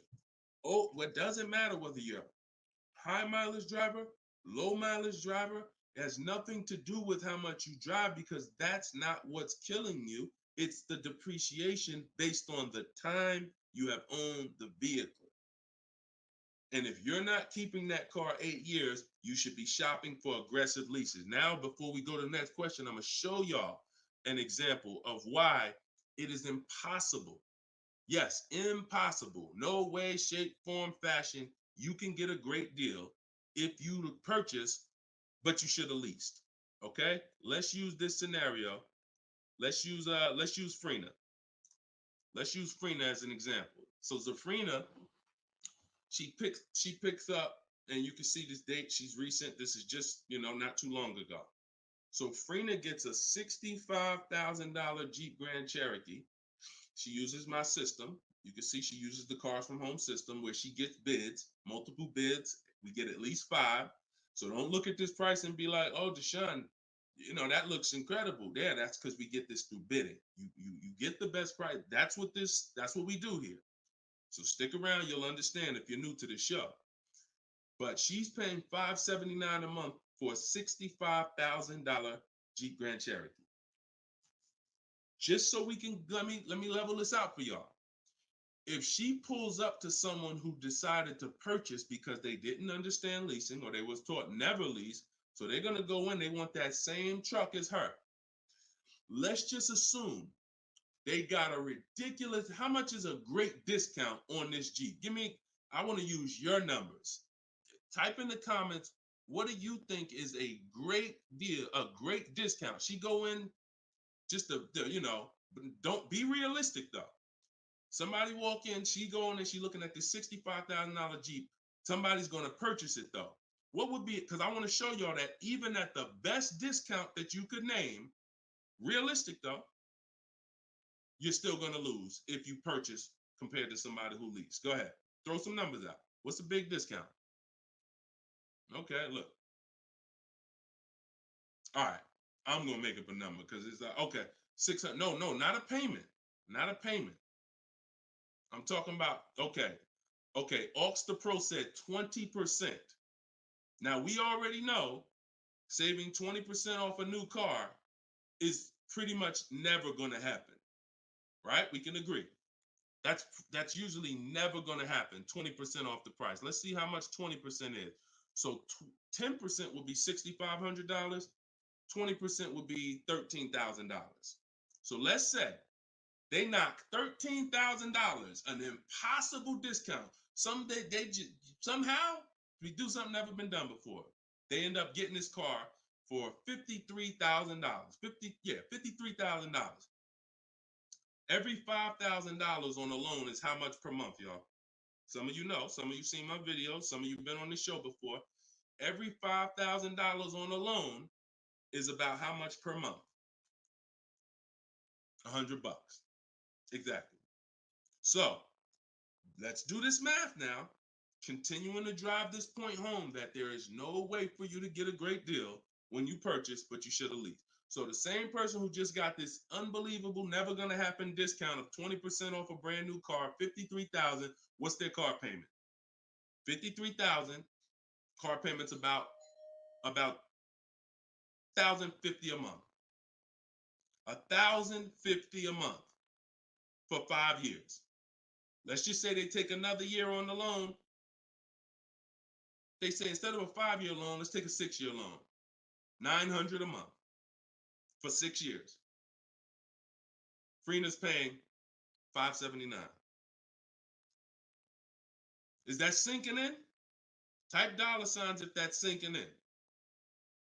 that, whoa, you telling me, Deshone, the same price that this person just got, and she got a ridiculous lease on it, she's paying $579 a month, even if a person got an never gonna happen discount.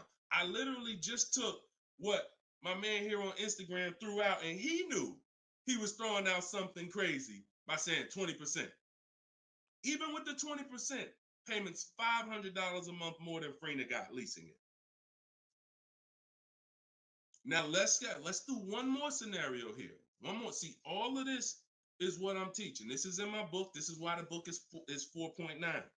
Goodreads.com. Thank you to everybody who's reviewed the book, Cars from Home, 7 Steps to Saving Time, Money, and Avoiding Dealerships. One more scenario. Let's throw a used car in here. So we already looked at Freener's deal, brand new, great lease. Second, brand new, never gonna happen discount. Now let's throw a used one in there. Let's say somebody says, you know what? I'm looking for hold on, I want to put that back up, Dolan. Let's keep that up, because we're talking about this scenario. So please put Freener's deal back up on the screen, Dolan. Matter of fact, here, I got it right in front of me. All right. So we got third scenario here. Somebody now is saying, all right, I'm gonna find that truck used though. So instead of 65, good price on a used one. Let's say we find one that's like 40% off, 3 years old. Again, I'm using extremes to show y'all. So some of you are like, Deshone, if you're using extremes and it's this different, dang, I've been overpaying by not understanding leasing. Yep. I wish I had Dave Ramsey here. I wish we could get Dave Ramsey on the show. You know, I wish he was in the audience. I wish him, because unfortunately, look, shout out to Dave. I know he has the right heart, the right intentions, but he has the wrong information. He's what I call confidently incorrect. That means dangerous. You're dangerous. When you're confident and incorrect, you're dangerous to yourself and others. So now, used car, somebody gets this car, they knock 40% off the price, and they get one for like $40,000, $65,000 truck. I got one 3 years old. I paid $40 for it. Every $5,000 we just said is about $100 a month. 40 payments, $800. You take a 6-year loan, payments $725. On a used one, we're no longer even talking apples to apples with the vehicle. On a used one, $579 Freener's paying, $725 for a 6-year loan on a used one, 3 years old, 1 year on the warranty left. Then you're on your own. $1,000 a month to buy a brand new one. See, son, you getting mad yet? Are you getting mad yet at the people who taught you not to lease? Now, who should be? Because some of you, if you just tuned in, you might be thinking, oh, Deshone, so should I only lease? No. If you are not keeping your cars 8 years, then you should only lease. Because when you buy, if you keep the car long enough, you can win. Because you're going to pay double what Freener's paying if you buy a brand new one. You're going to pay more on a used one, but eventually you pay off the car, you keep it 8, 10, 12 years. The longer you keep it, you can catch up. You're still not going to, you get what I'm saying? Because Freener's always going to have a payment. If she keeps leasing, she's always going to have a payment. But if you keep buying your cars, trading them in 5 years, trading them in 6 years, trading them in 4 years, you are no way, shape, or form even close to this. You're thousands and thousands of dollars away. There's thousands of dollars more every year coming out of your bank account than someone who understands leasing. Yeah. Tell your parents, tell your cousins, tell your brothers, tell your spouse. This is what I've been ranting about for years, trying to get you to understand. That's why I say there's no way to get a great deal if you don't understand. If your deal's on the wrong foundation, no way to get a great deal. It's impossible, no matter how much you save on the car. Okay? So yeah, we go deep on that today. Good. I'm happy we got a chance to go deep. All right. I see a lot of people typing $signs. You understand. All right, Dolan, shoot the next question up. Skinner, I see you on YouTube, man. It's real. It's real. This is what we do, man. I'm glad we gotta look. I'm the bad news first person, so don't think I gotta share the bad news first, and then but I'm also giving you the olive branch to like you can change this. You can start doing things different. You can start shopping different. You can learn how to make these people bid. So go ahead, shoot the next question up, Dolan. Let's keep them coming. We're Thursday. We're live right now, y'all. So if you just jumped on the show, this is our live 12 p.m. show. Type your questions, and can y'all tap the screen on TikTok? Can we shoot those likes up? Can we? If you're gonna spend time with us and you're getting value out of what we're doing, I need everybody who's getting value hit the like button and start tapping the screen if you're on TikTok, just to show that. Run those likes up. All right, I see it. See y'all lighting it up already. All right, Facebook, James. I'm an old school guy that was told not to let anyone run my credit. I'm not even sure how to download your book. Maybe you could walk us old timers through the process of downloading it. Unfortunately, I teach an online system. I'll be the first one to tell you my system's online. My system's right here in front of a computer. I've worked personally with probably 1,600 people personally in my coaching program since 2021. They got to know how to use a computer. I've had older people who get their children, who get their grandchildren come because and sorry y'all, my eyes are watering. I got a little something trying to jump on me, but we good. But I would be lying to you if I told you this isn't based on because we use copy and paste systems. You're sending emails, so that's one thing I can say. I wish I could, tell you otherwise. But if you want to use what I teach, I mean, now I've had people who get their grandchildren or get their children because my system to get great deals only takes 90 minutes. It only takes 90 minutes. That's why when you go to the page and you see my book, a lot of you are going to see the first thing I say on my website is this will teach you how to get below market deals in as quick as 48 hours. And the time you're putting in to get those deals is probably going to be about 90 minutes once you learn, as I walk you through my 7-step process. But you got to know how to use a computer. So I'm just being real with you. Like, I wouldn't tell you to get the book if you're not comfortable sending emails, copying and pasting, because it is an online system. So I would tell you, call one of your family members who's computer savvy. Tell them, hey, get this book, work this for me, help granddad out, help dad out. And not only are you helping yourself, but they'll now have a skill so that they can learn, so that they're now making dealers bid and they're at home. That's just me being as honest as possible with you. All right. Great question, though. Great concern. Skinner, what's up, my man? Skinner from YouTube. Deshone, what are the bank necessarily looking for different from what the dealership is? Banks want to lend. So think about where you're at right now. Skinner from YouTube just asked, so what is the banks necessarily looking for different than the dealerships?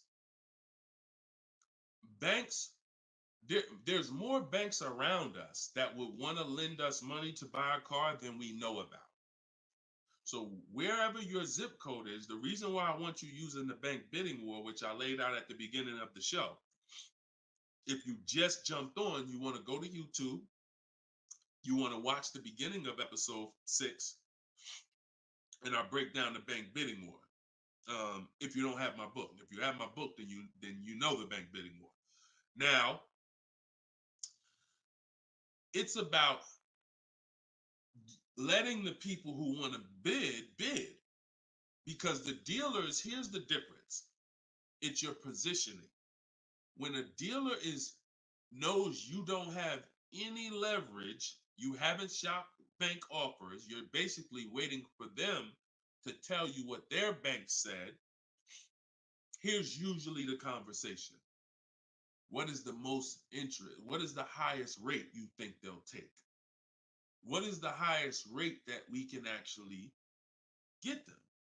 And it might be 6.2, but at 6.2, we make some nice money on the loan. But that's not the best I could do. But I'm not going to give them the best I could do, because what sense does that make? I'm going to give you the most you're willing to pay.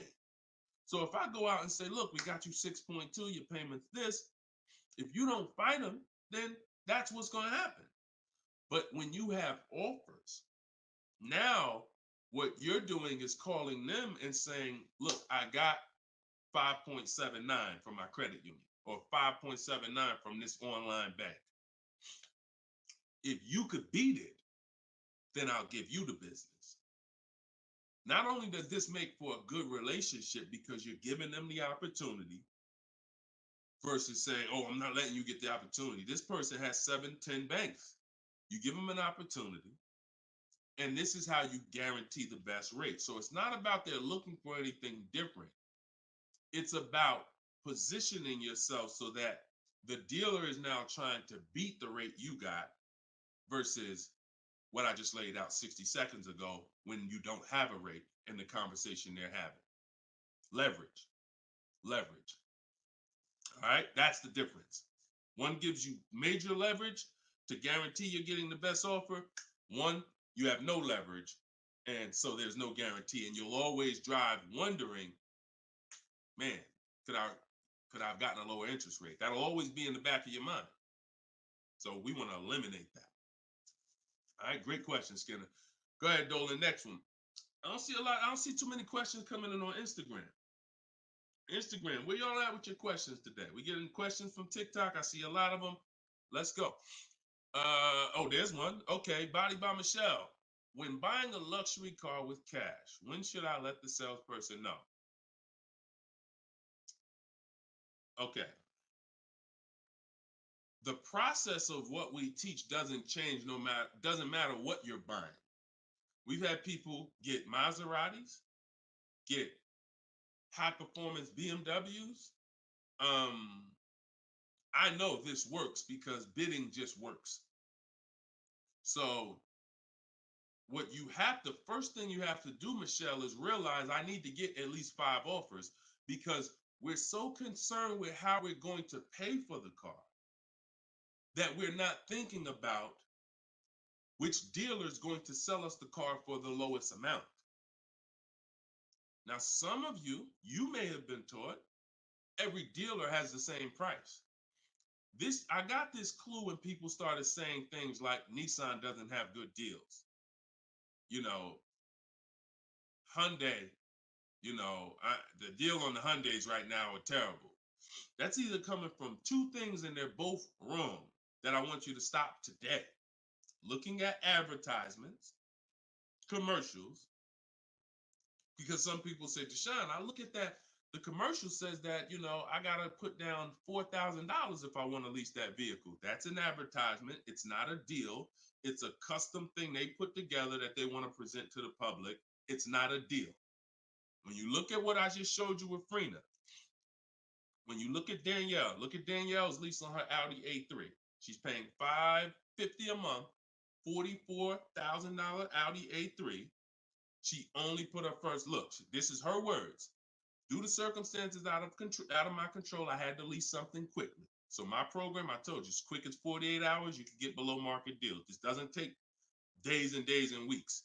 I took the course last weekend, did all my emailing back and forth because she's in my video program. So I do have my book, and then I have that same book in a video program. You pick. Now, finalized the deal on Sunday, was finally able to pick it up. This is the details. $550 a month, first payment down. Included maintenance, gap insurance, all fees, taxes, registration, 12,000 miles per year. MSRP was $44,000.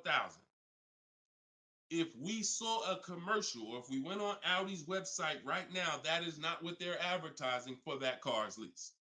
They're probably advertising $479 a month with $3,700 due at signing, plus tax and fees, which would end up, if you wanted to get to this payment, you probably need $5-6 grand up front. That, I'm telling you, stop looking at commercials. Those are not deals. We don't look at commercials to dictate what the deal's going to be. Nothing that I'm ever going to show y'all that people are getting learning from me is ever going to match a commercial. Second thing that people might be looking at when it comes to what they deem they can get for a car is going into one dealer. That's it. Going to one dealer. What's the price? Oh, wow, that seems high. That's higher than I thought it was going to be. And leaving saying, oh, man, Nissan don't got no good deals this month. No, that Nissan dealer doesn't have good deals. And again, you have no leverage. So the first thing I want you to think about, Michelle, is changing the way you shop so that you can forget about how you're going to pay for the vehicle.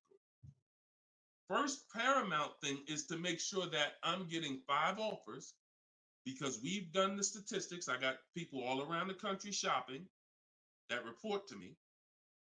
80% of dealers are overpriced. I'm telling you numbers that I don't want you to ever forget. 80%. That means out of 100 dealers, 80 are overpriced. 20 are the great prices. So you're not going to walk into a dealer and get a great price, because you have more of a shot of walking into an 80% dealer than you do a 20%. So you stay at home. You could do it my way, which is in my book, totally online. You use my scripts, use my templates, they're copy and paste. Or if you want to do it your way, you can call around and get several quotes. But you need to get at least 5, because you're going to be amazed how different the quotes are. One dealer's charging $550, another dealer's charging this, another dealer's charging this. Hey, that's a $5,000 difference. That's the way it should be. That's the way it should be. Okay? So that's what you focus on, Michelle. Forget it. If you're going to pay cash, keep that in the background. People walk into a dealership all the time. You see it on internet. They make videos about it. Oh, I'm walking in, man, about to get this Lamborghini. Yeah, I want that black one right there. Boom. All right, write him up. Let's get him out of here as fast as possible before he realizes what he needs to ask. Okay, and he don't want to look like he's negotiating. You're going to overpay all the time. People celebrate the cars, but they overpaying for them. So don't focus on how I'm getting the car. Focus on, let me get these offers so I can make sure I get the best price. Once I get the best price, here's the cash. Okay? Great question. Shoot the next one up, Dolan. We're live, y'all. This is our Thursday, 12 p.m. show. We'll be live for about an hour. So we're going to try to get through as many questions as possible, but I don't like to give short answers. And for those of you who like to shine, I want all the answers in one spot. That's in my new book. It's a digital book. It's called Cars from Home, 7 Steps to Saving Time, Money, and Avoiding Dealers. And you can get yours, have everything I teach in one spot.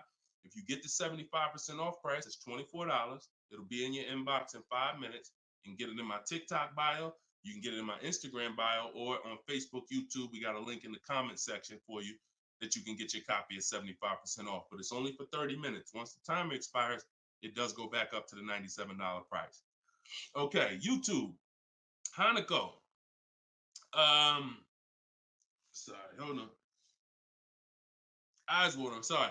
All right, YouTube, Hanako. What if you guess incorrectly on what your yearly mileage will be for a lease? Can you renegotiate your lease if you will go over the mileage?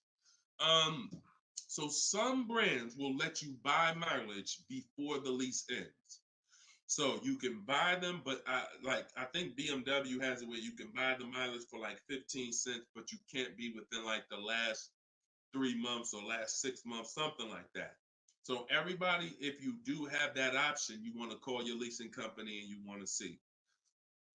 But I teach to estimate your miles. Like I have a chapter in my book. It's not even a chapter. It's like a little section called Choose Your Mileage Wisely, where we walk you through the math.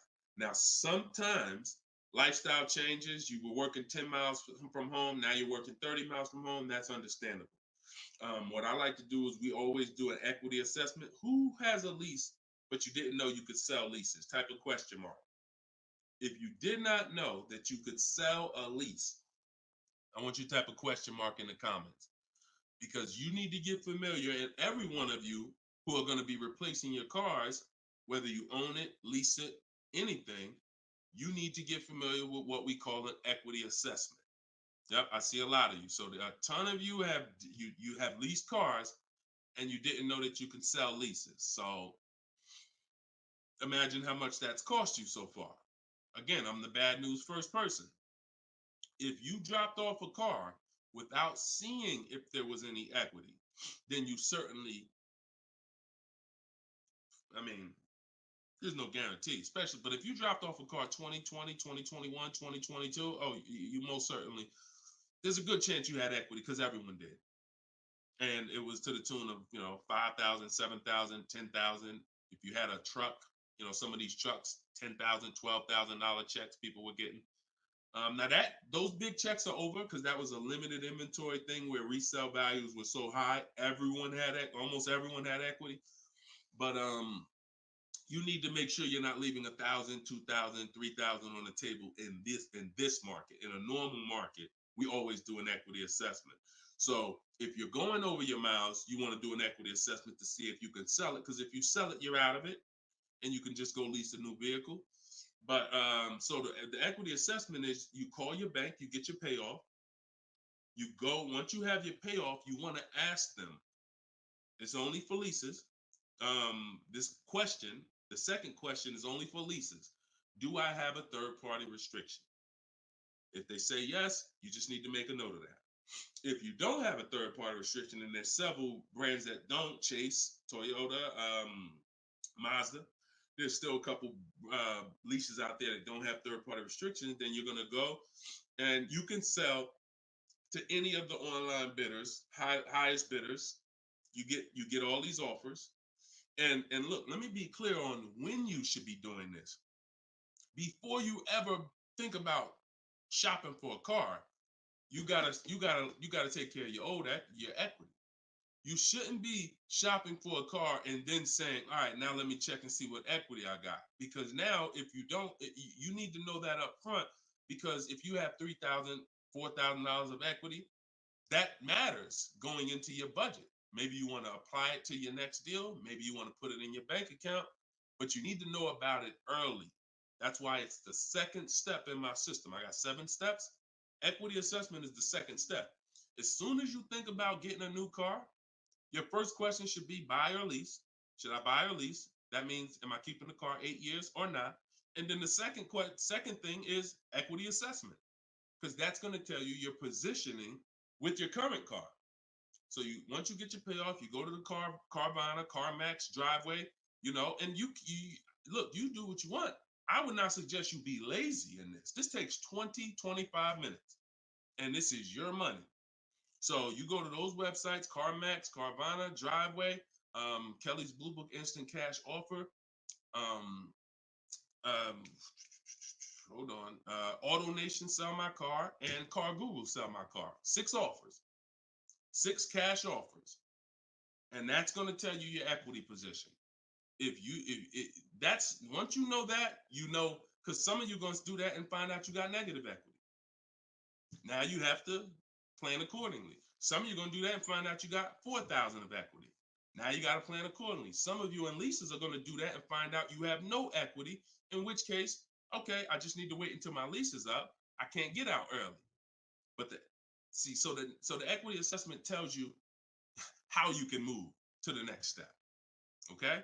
So that's what you focus on. That's what you focus on at this particular step. Okay? Go ahead, shoot the next question up, Dolan. All right, we're getting a lot more. I'm gonna try to go faster, but go ahead, shoot the next one up, Dolan. This one's Instagram. That's my man that I said I didn't want to butcher your name. Might even be a woman, so I'm not even gonna try to pronounce the name, but my lease is up in 6 months. I would like to lease again. Is my current lease going to hurt me when trading it in? Equity assessment. I'm glad you asked that. Equity assessment. That's the game. See, those are the questions that gets answered with the equity assessment. Is my lease going to hurt me or help me? Do the equity assessment, and you'll know. Now, if you have a third-party restriction, then we can't sell direct to these online buyers. We have to sell to a local car dealer of the same brand. So I have a script in my book where I walk you through talking to used car managers so that you can actually sell your car locally to them. You're selling a 2 or 3 year old car, usually good mileage for most. We need to sell that car to a local used car dealer, but we are still getting bids. We're not walking in. This is what a lot of people did. You may have did it. Man, I got a third-party restriction. I'm going to just walk into the dealer. hey, yeah, look, I know I got equity. You don't realize how you're making it hard for someone to even help you because you don't know how much equity you got, and now you're coming in and you're not really saying what you know. When you're at home and you're talking to managers, you're talking to people and getting offers for that car, you can speak intelligently. And we only talk to used car managers in those cases. But that's only if you have a third party restriction, because some people, another thing they were doing is buying their cars and then turning around and reselling them.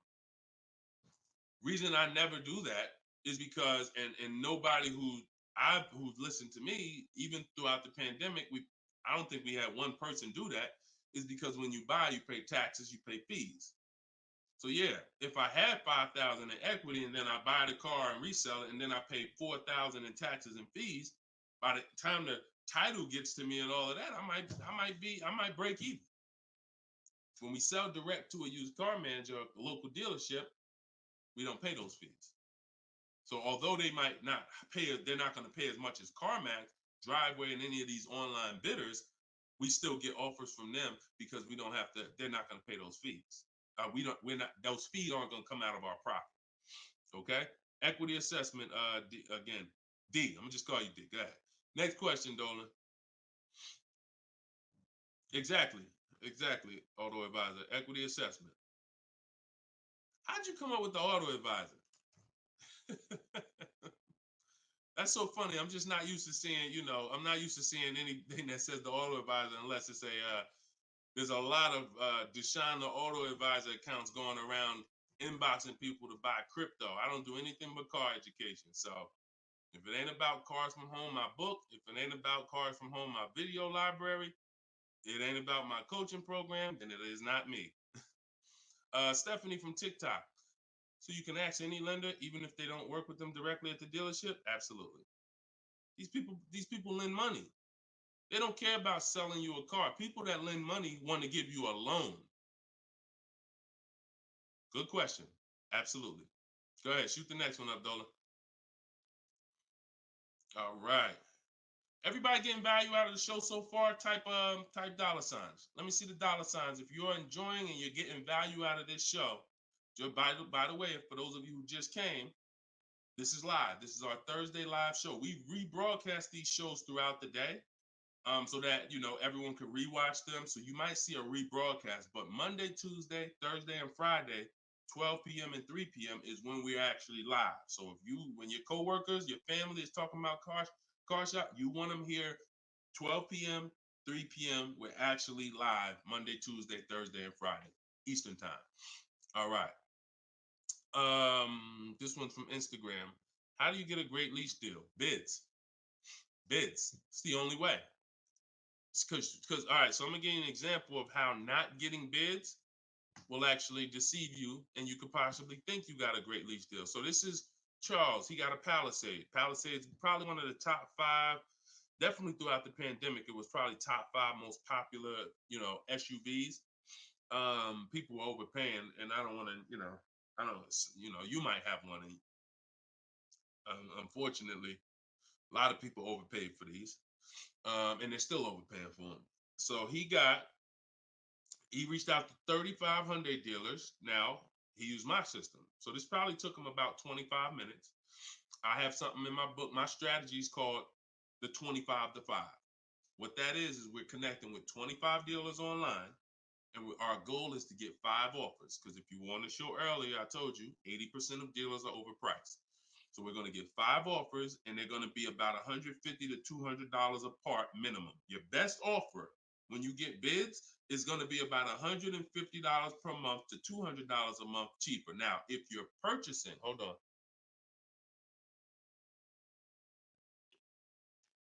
All right. Now, if you're purchasing, you're going to see, for those of you who are buying new cars, because we have several people that do that, you're going to see that there's about a $5,000 difference minimum between your best offer and your worst offer. So let's say I was buying this Palisade.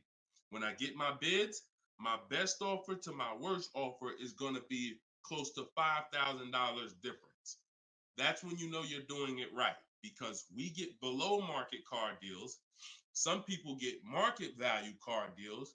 Some people pay above market value car deals. Depends on the skills they have. So he got bids. He did this, used my system. Took him probably 30 minutes to reach out to 35 dealers, maybe 25 minutes, and he got 10 quotes. Offers range from 1.23 to 1.66. Now, that's what that's what I'm telling you. The 1.26 lease that he ended up getting a 1.23 because we always send a counter offer. I have a calculator in my book where you put it in. We must send a calculator. We must send a calculator. We must send a counter offer. So he ended up closing the deal at 1.23, all online. Never spoke to the dealer until he was ready to lock up the deal. But see the difference, 1.23 to 1.66. That means he's looking at offers. His best offer was $597 on a $48,000 Hyundai Palisade. His worst offer at 1.66, that same 1.66 divided into 48,500. Hold on. 1.66 times 48,500 would be about 700, 900, call it $800. So he's getting offers. That's when you know you've done it right. So to answer your question, Tobo, how do you get great lease deals? Bids. It's the only way. It's the only way. So his best offer is $597. The worst offer he saw out of all of them, he got 10 of them, was $800. Same vehicle. 80% of dealers are overpriced. Okay? Must get bids if you want to get deals like this. Only way. All right? Shoot the next one up. Now, look, hold on real quick. I want to say one more quick thing. Until you get bids and you have enough bids, you might think you got the best deal, but you just don't know what the best deal is. See, you're going off your gut. If you're going off your gut, look at Kimberly. Kimberly saved $20,000 on her Maserati. It's a $91,000 vehicle. She posted, the one she ended up getting was 91 because a dealer near her ended up beating this offer she had, but it was an $86,961 Maserati. They offered it to her for $66,261. So they're taking 20 grand off. But she had offers that were 10 grand off. She had offers that was 12 grand and 8 grand. And if she would have tried to assume, well, damn, 8,000, that feels good. I mean, shoot, brand new Maserati, taking 8,000 off. That gotta be a deal. See how much money she would have left on the table? See how much money she would have left on the table? So we cannot assume. We get multiple offers. We look at the lowest one. That's how we guarantee. All right? Go ahead. Shoot the next one up, Dolan. Great questions today. Great questions. Let's go. All right. We got Emo on YouTube. I test drove an MD. I'm test driving an MDX soon. Okay. I test drove an MDX as soon as we finished. They tried to get me to run my credit. I told them I'm shopping dealerships, didn't like it, so the manager came in the office and tried it. No again. 100%. You look, y'all. If you don't have a plan, you're under someone else's plan. You follow me? I'm gonna say that again. If you got a light bulb emoji, type a light bulb emoji, type a gem emoji. Remember this. If anytime you don't have a plan, you will be subject to someone who has a plan. And there's nobody that has a plan like car salespeople. We know what we're doing. We are not trained in much. We're not trained in finance like we should be. We're not trained in buying versus leasing like we should be.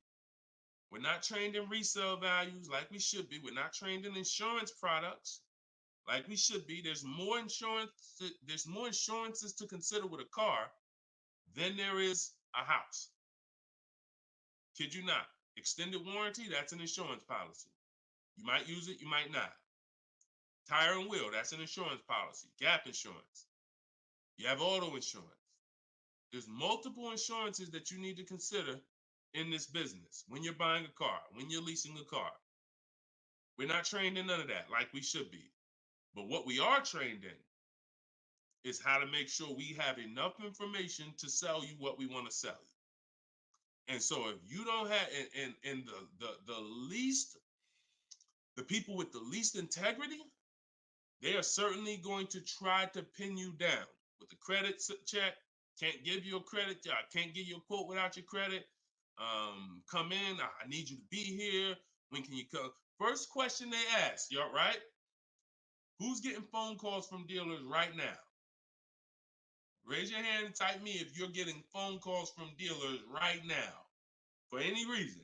Bring your car in early. Hey, your lease is almost up. Hey, I saw that we can get you in a new car. We can keep your payment the same. Look, nobody's business. If you're getting phone calls from dealers right now, type me in the comment. Look, Skinner said they blowing me up. So understand the reason why they're doing that is because they want to pin you down. It's just come on in. When can you come in? When I can come in, I get you to talk. Numbers in here, it means you're pinned down. You cannot do this. You're losing all your leverage. So that's why I'm telling you, you're going to shop with a plan if you're following what I'm telling you, if you're following what I teach. Some of you have my book already. Shout out to those who have my book. We're rated 4.9 on Goodreads.com. Appreciate everybody who's reviewed the book. You can get yours for 75% off. It's normally $97, but in my TikTok bio, 30 minutes only, you can get it for 75% off. Instagram bio is $24 if you get the deal in the comment section. But you must have a plan because they have a plan and you don't know who you're dealing with. So that's all I can tell you. But I'm glad you stuck to the guns. Even under the pressure, you didn't let them run your credit. You stuck to the guns. Way to go. All right, go ahead, Dolan. This one's from TikTok. Better to buy used or new? Planning to keep longer than 8 years. Thank you for all that information. Letting me know you understand the 8-year rule. I appreciate you. That's a matter of, okay, so if I'm buying to keep more than 8 years, right? Only question between new or used is a question of budget. Can you get everything you want and need in a new car for your budget? Once you get all your bids, can you get all those bids? Is the best bid that's going to win your business on a new car in your budget comfortably, then get a new car. But now some of you can't afford a new car that covers all your needs. Needs are the most important thing you need to think about. You need to know the difference between wants and needs. Needs is, I got 3 children, I need a third row. Need is, I drive on the highway a lot. I need a car that has good acceleration. That's needs. Needs are things where if you don't get them, you're not going to like the car, you're going to trade it in because it's not doing the basic things you need it to do. That's needs. Wants is, I like to have the sunroof. I don't need it though. But if I can get it in my budget, I'll take it. I like to have this. I like to have that. These are wants. You got to know the difference. Unless your budget can buy everything. But if you can't get everything you want and need in a new car for your budget, then we go used.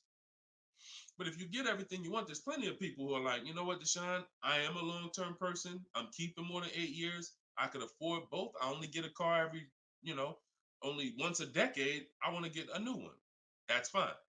And some of you are like, you know what?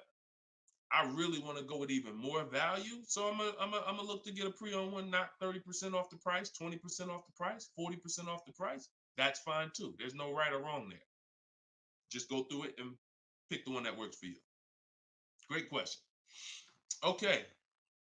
And now I have while you putting the next question up, Dolan, my process for shopping for new cars and leases is totally different than the process we teach on shopping for used cars. It's entirely different. One is called the 25 to 5, where we're reaching out to 25 dealers online, connecting with them, looking to get 5 offers. The other one is the multiple marketplace strategy, where we're on all the online marketplaces where used cars are, and we're narrowing down. We're looking at the used car market, the low prices. We're turning on alerts on our phone so we get notified whenever there's a new car that pops up.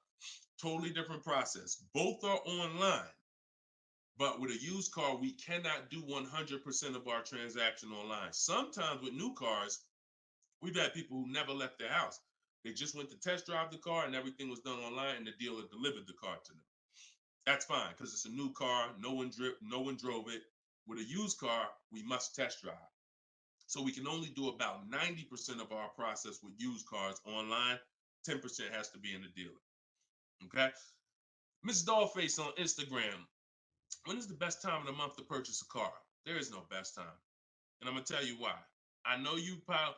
What's the time that you've been taught? I want to hear from you. Like, go to your keyboard right now. What is the time that you've been taught is best during the month to buy a car? And we got a bunch of people on here, a bunch of different people. Tell me the time that you've been taught is the best time to buy. And then I'm going to tell you why that's not the best time. Right? And I know what everybody's going to say. We all going to say the same thing because we were all taught. Well, now I can't say we because I was in the business. Exactly, HBD, end of the month. Cherie said November. Tothy on Instagram, end of the month. Look, Skinner, around the holidays. So your answer, Skinner, was about the same as Sharice. November, coming into the holidays. Now, I want you to picture any other business because what I'm trying to get you to see is that you are taught, programmed to shop for cars different than you shop for everything else in life. Everything else in life, because if you had a business where every single time at the end of the month, just dozens and dozens of people just came into your store because that's what the marketing did. Are you more, and let's really use some real terms here. Are you more desperate to sell something when the store is packed? Or are you more desperate to sell something when the store is empty? See, I want to tell you a story. If I could get you to continue to keep these stories in mind, it'll answer your questions. Now, obviously, everything's in my book. Some of you have my book and you understand all of this is laid out for you. But even as you're listening, I want you to grasp concepts that you're going to see. Are you more desperate to sell something when the place is, exactly, Toothy, when the place is empty? Place is empty. If I got a store and I haven't opened up that register all day long, it's daggone 5 p.m. I haven't seen one customer. I'm desperate. But if the store is packed, man, I ain't thinking, what are we giving deals for? You know what I'm saying? What are we giving deals for? The place is packed. We're not desperate. So the marketing is great. The marketing makes you think, oh, end of the month, we're getting the best deals here. There's clowns up here. They got daggone balloons. They got the guy outside with the arms blowing.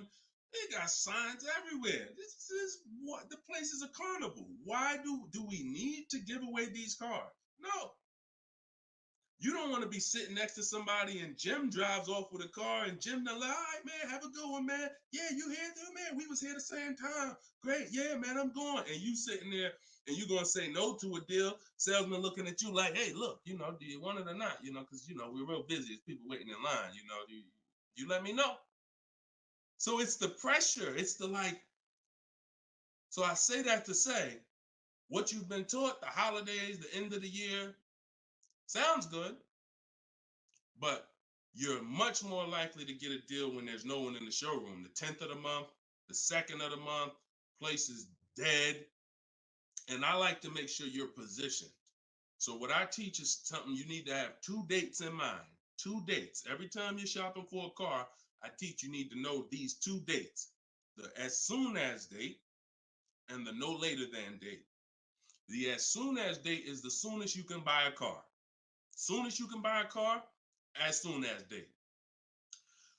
You're not in the market until your as soon as date is today. Step 5 in my process, my 7-step process is in the market, getting offers. I can buy something today. That's my as soon as date. My no later than date is my deadline. Now you have to know these 2 because the time in between is your leverage. So let's just say my as soon as date is today. I can start looking at offers. But my no later than date, I got 2 months. 2 months. I need to have a car by this time, 2 months from now. That's my deadline. I got all that time in between to say no. I got all that time in between. Now, when I'm contacting dealers, when I'm looking at inventory, I can look at trends. I can see are the prices dropping. I can have alerts on my phone, getting access to the new inventory. This is our process. So some of you are like, Deshone, I need a car in a week. Well, you still have a as soon as date and a no later than date. 3 days, soon as date, no later than, doesn't matter. So you have to know these 2 dates because in between is your leverage, which is why I don't want you emergency shopping unless it's an emergency. Okay? I don't want you emergency shopping. Don't get into the habit, don't stay in the habit of emergency shopping. Oh, I'm going to put it off to the last minute. And then, oh, I got to go into the dealership. Oh, I need a car this week. All of that is working against you. Now, if you can still get, in fact, when you go to my website for my book, you'll see it says below market deals in as quick as 48 hours. But the more time you have, the more time you have to say no. Programs change every month. You see deals change, lease programs change, rebates change. And so when you have inventory changes, so if you're looking for a black or blue car, all these dealers don't have one right now, but they got one coming next month. You can, that's fair game for you because you have time. So these are all the benefits of getting in the market 3 months early and learning how to look at the deals. If there's a great deal now, we jump on it. If there's not, okay, I'll look next month. And that's what I did when I got my mother's lease on her Mazda CX-5. October, I was looking at the deals. I didn't like them. Got all my offers. I said I didn't like them. Now, the great thing is I made contact with all these dealers. So they know. Now I'm following up next month. Hey, just checking in. How's the deals looking for this month? November, didn't like them. 3rd month, December, got the deal I liked. Wrapped it up. So don't always think time is an asset. Time is an asset. Now, if it's an emergency, that's fine. We got to get a below market deal. We only got a week to do it. That's fine. You better have a strategy. But if you have the luxury of time, we use that to our advantage. So I wouldn't say there's a best time of the month to purchase a car. But if you're in the market and you're positioned, here's another thing you're positioned for. Every now and then we come into the dealership. When I was at Mercedes, when I was with General Motors, it happens all the time throughout the year. It could happen on the 10th of the month. It could happen on the 12th of the month. It could happen on the 8th. We don't know when this is going to happen, but this is the conversation I'm about to give you a behind the scenes look of exactly what happens and why I want you to be positioned. We come in, they look at the numbers on the board. Sales manager looks and says, man, we got 20 cars sold for the month. We are way behind our objective. All right, listen, call everybody anybody you got, anybody that's real, anybody that's a real buyer, call them. We're not turning down any serious offer today. You want to be the person that's positioned. Hey, Jackie, and they're usually emailing us because we don't talk to, nothing that we do requires talking to salespeople. So they be email, hey Jackie, hey, it's Ray over at such and such. Were you still looking for that car? Have you found it yet? No, okay, I know the quote I gave you before was $550. I know you wanted to be here, but my manager said, listen, we'll take any offer today. We really want to move a car. See, you were taught that only happens at the end of the month. It doesn't. You got to be positioned. You got to be positioned. And so that's the luxury of time. So this is what it is, y'all. I want you shopping with a strategy.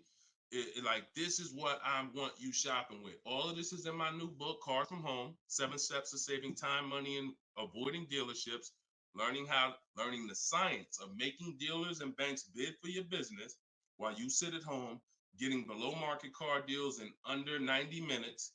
And you can get your copy for 75% off in my TikTok bio, in my Instagram bio. Or you can click in the comment section on YouTube and Facebook. We got a comment pinned for you guys. Or if you're watching us on TV, you can scan that QR code with your phone. Get your copy, use it, use everything in it. I walk you through everything in there. Leasing is in there step by step. Purchasing new cars in there step by step. Purchasing used cars step by step. High mileage drivers, I got 2 strategies for you. If you're a short-term high mileage driver, everything's in there step by step. If you have credit issues, I walk you through step by step. So get your copy. We are back live for episode 7 at 3 p.m. And like I said, this is not a rebroadcast. We do these live shows Monday, Tuesday, Thursday, and Friday, 12 p.m. and 3 p.m. So we'll be back for our next segment in a little bit if you want to join us. If not, tell your friends about us, and we look forward to it. We always look forward to the people who are ready to change their life, empower themselves, stop shopping like desperate victims, begging people to help you, begging people to give you a car, begging people to help you. Please, can I get no money down? Going in with wrong information. Down payments are illegal. All of this stuff that is just totally terrible. It's no other way to put it. It's just terrible. I want y'all shopping different. I want you empowered. I want you in control. I want you leaving a dealership guaranteeing I got the best price. Sending me email, Deshone, look at this deal I just got. I got all these offers. Look at this used car I just got. I got 40% off the brand new price. That's what I want you emailing me. Empowered, and that's what we're going to get to. God bless y'all. I'll see y'all on the next segment. Shout out to everybody that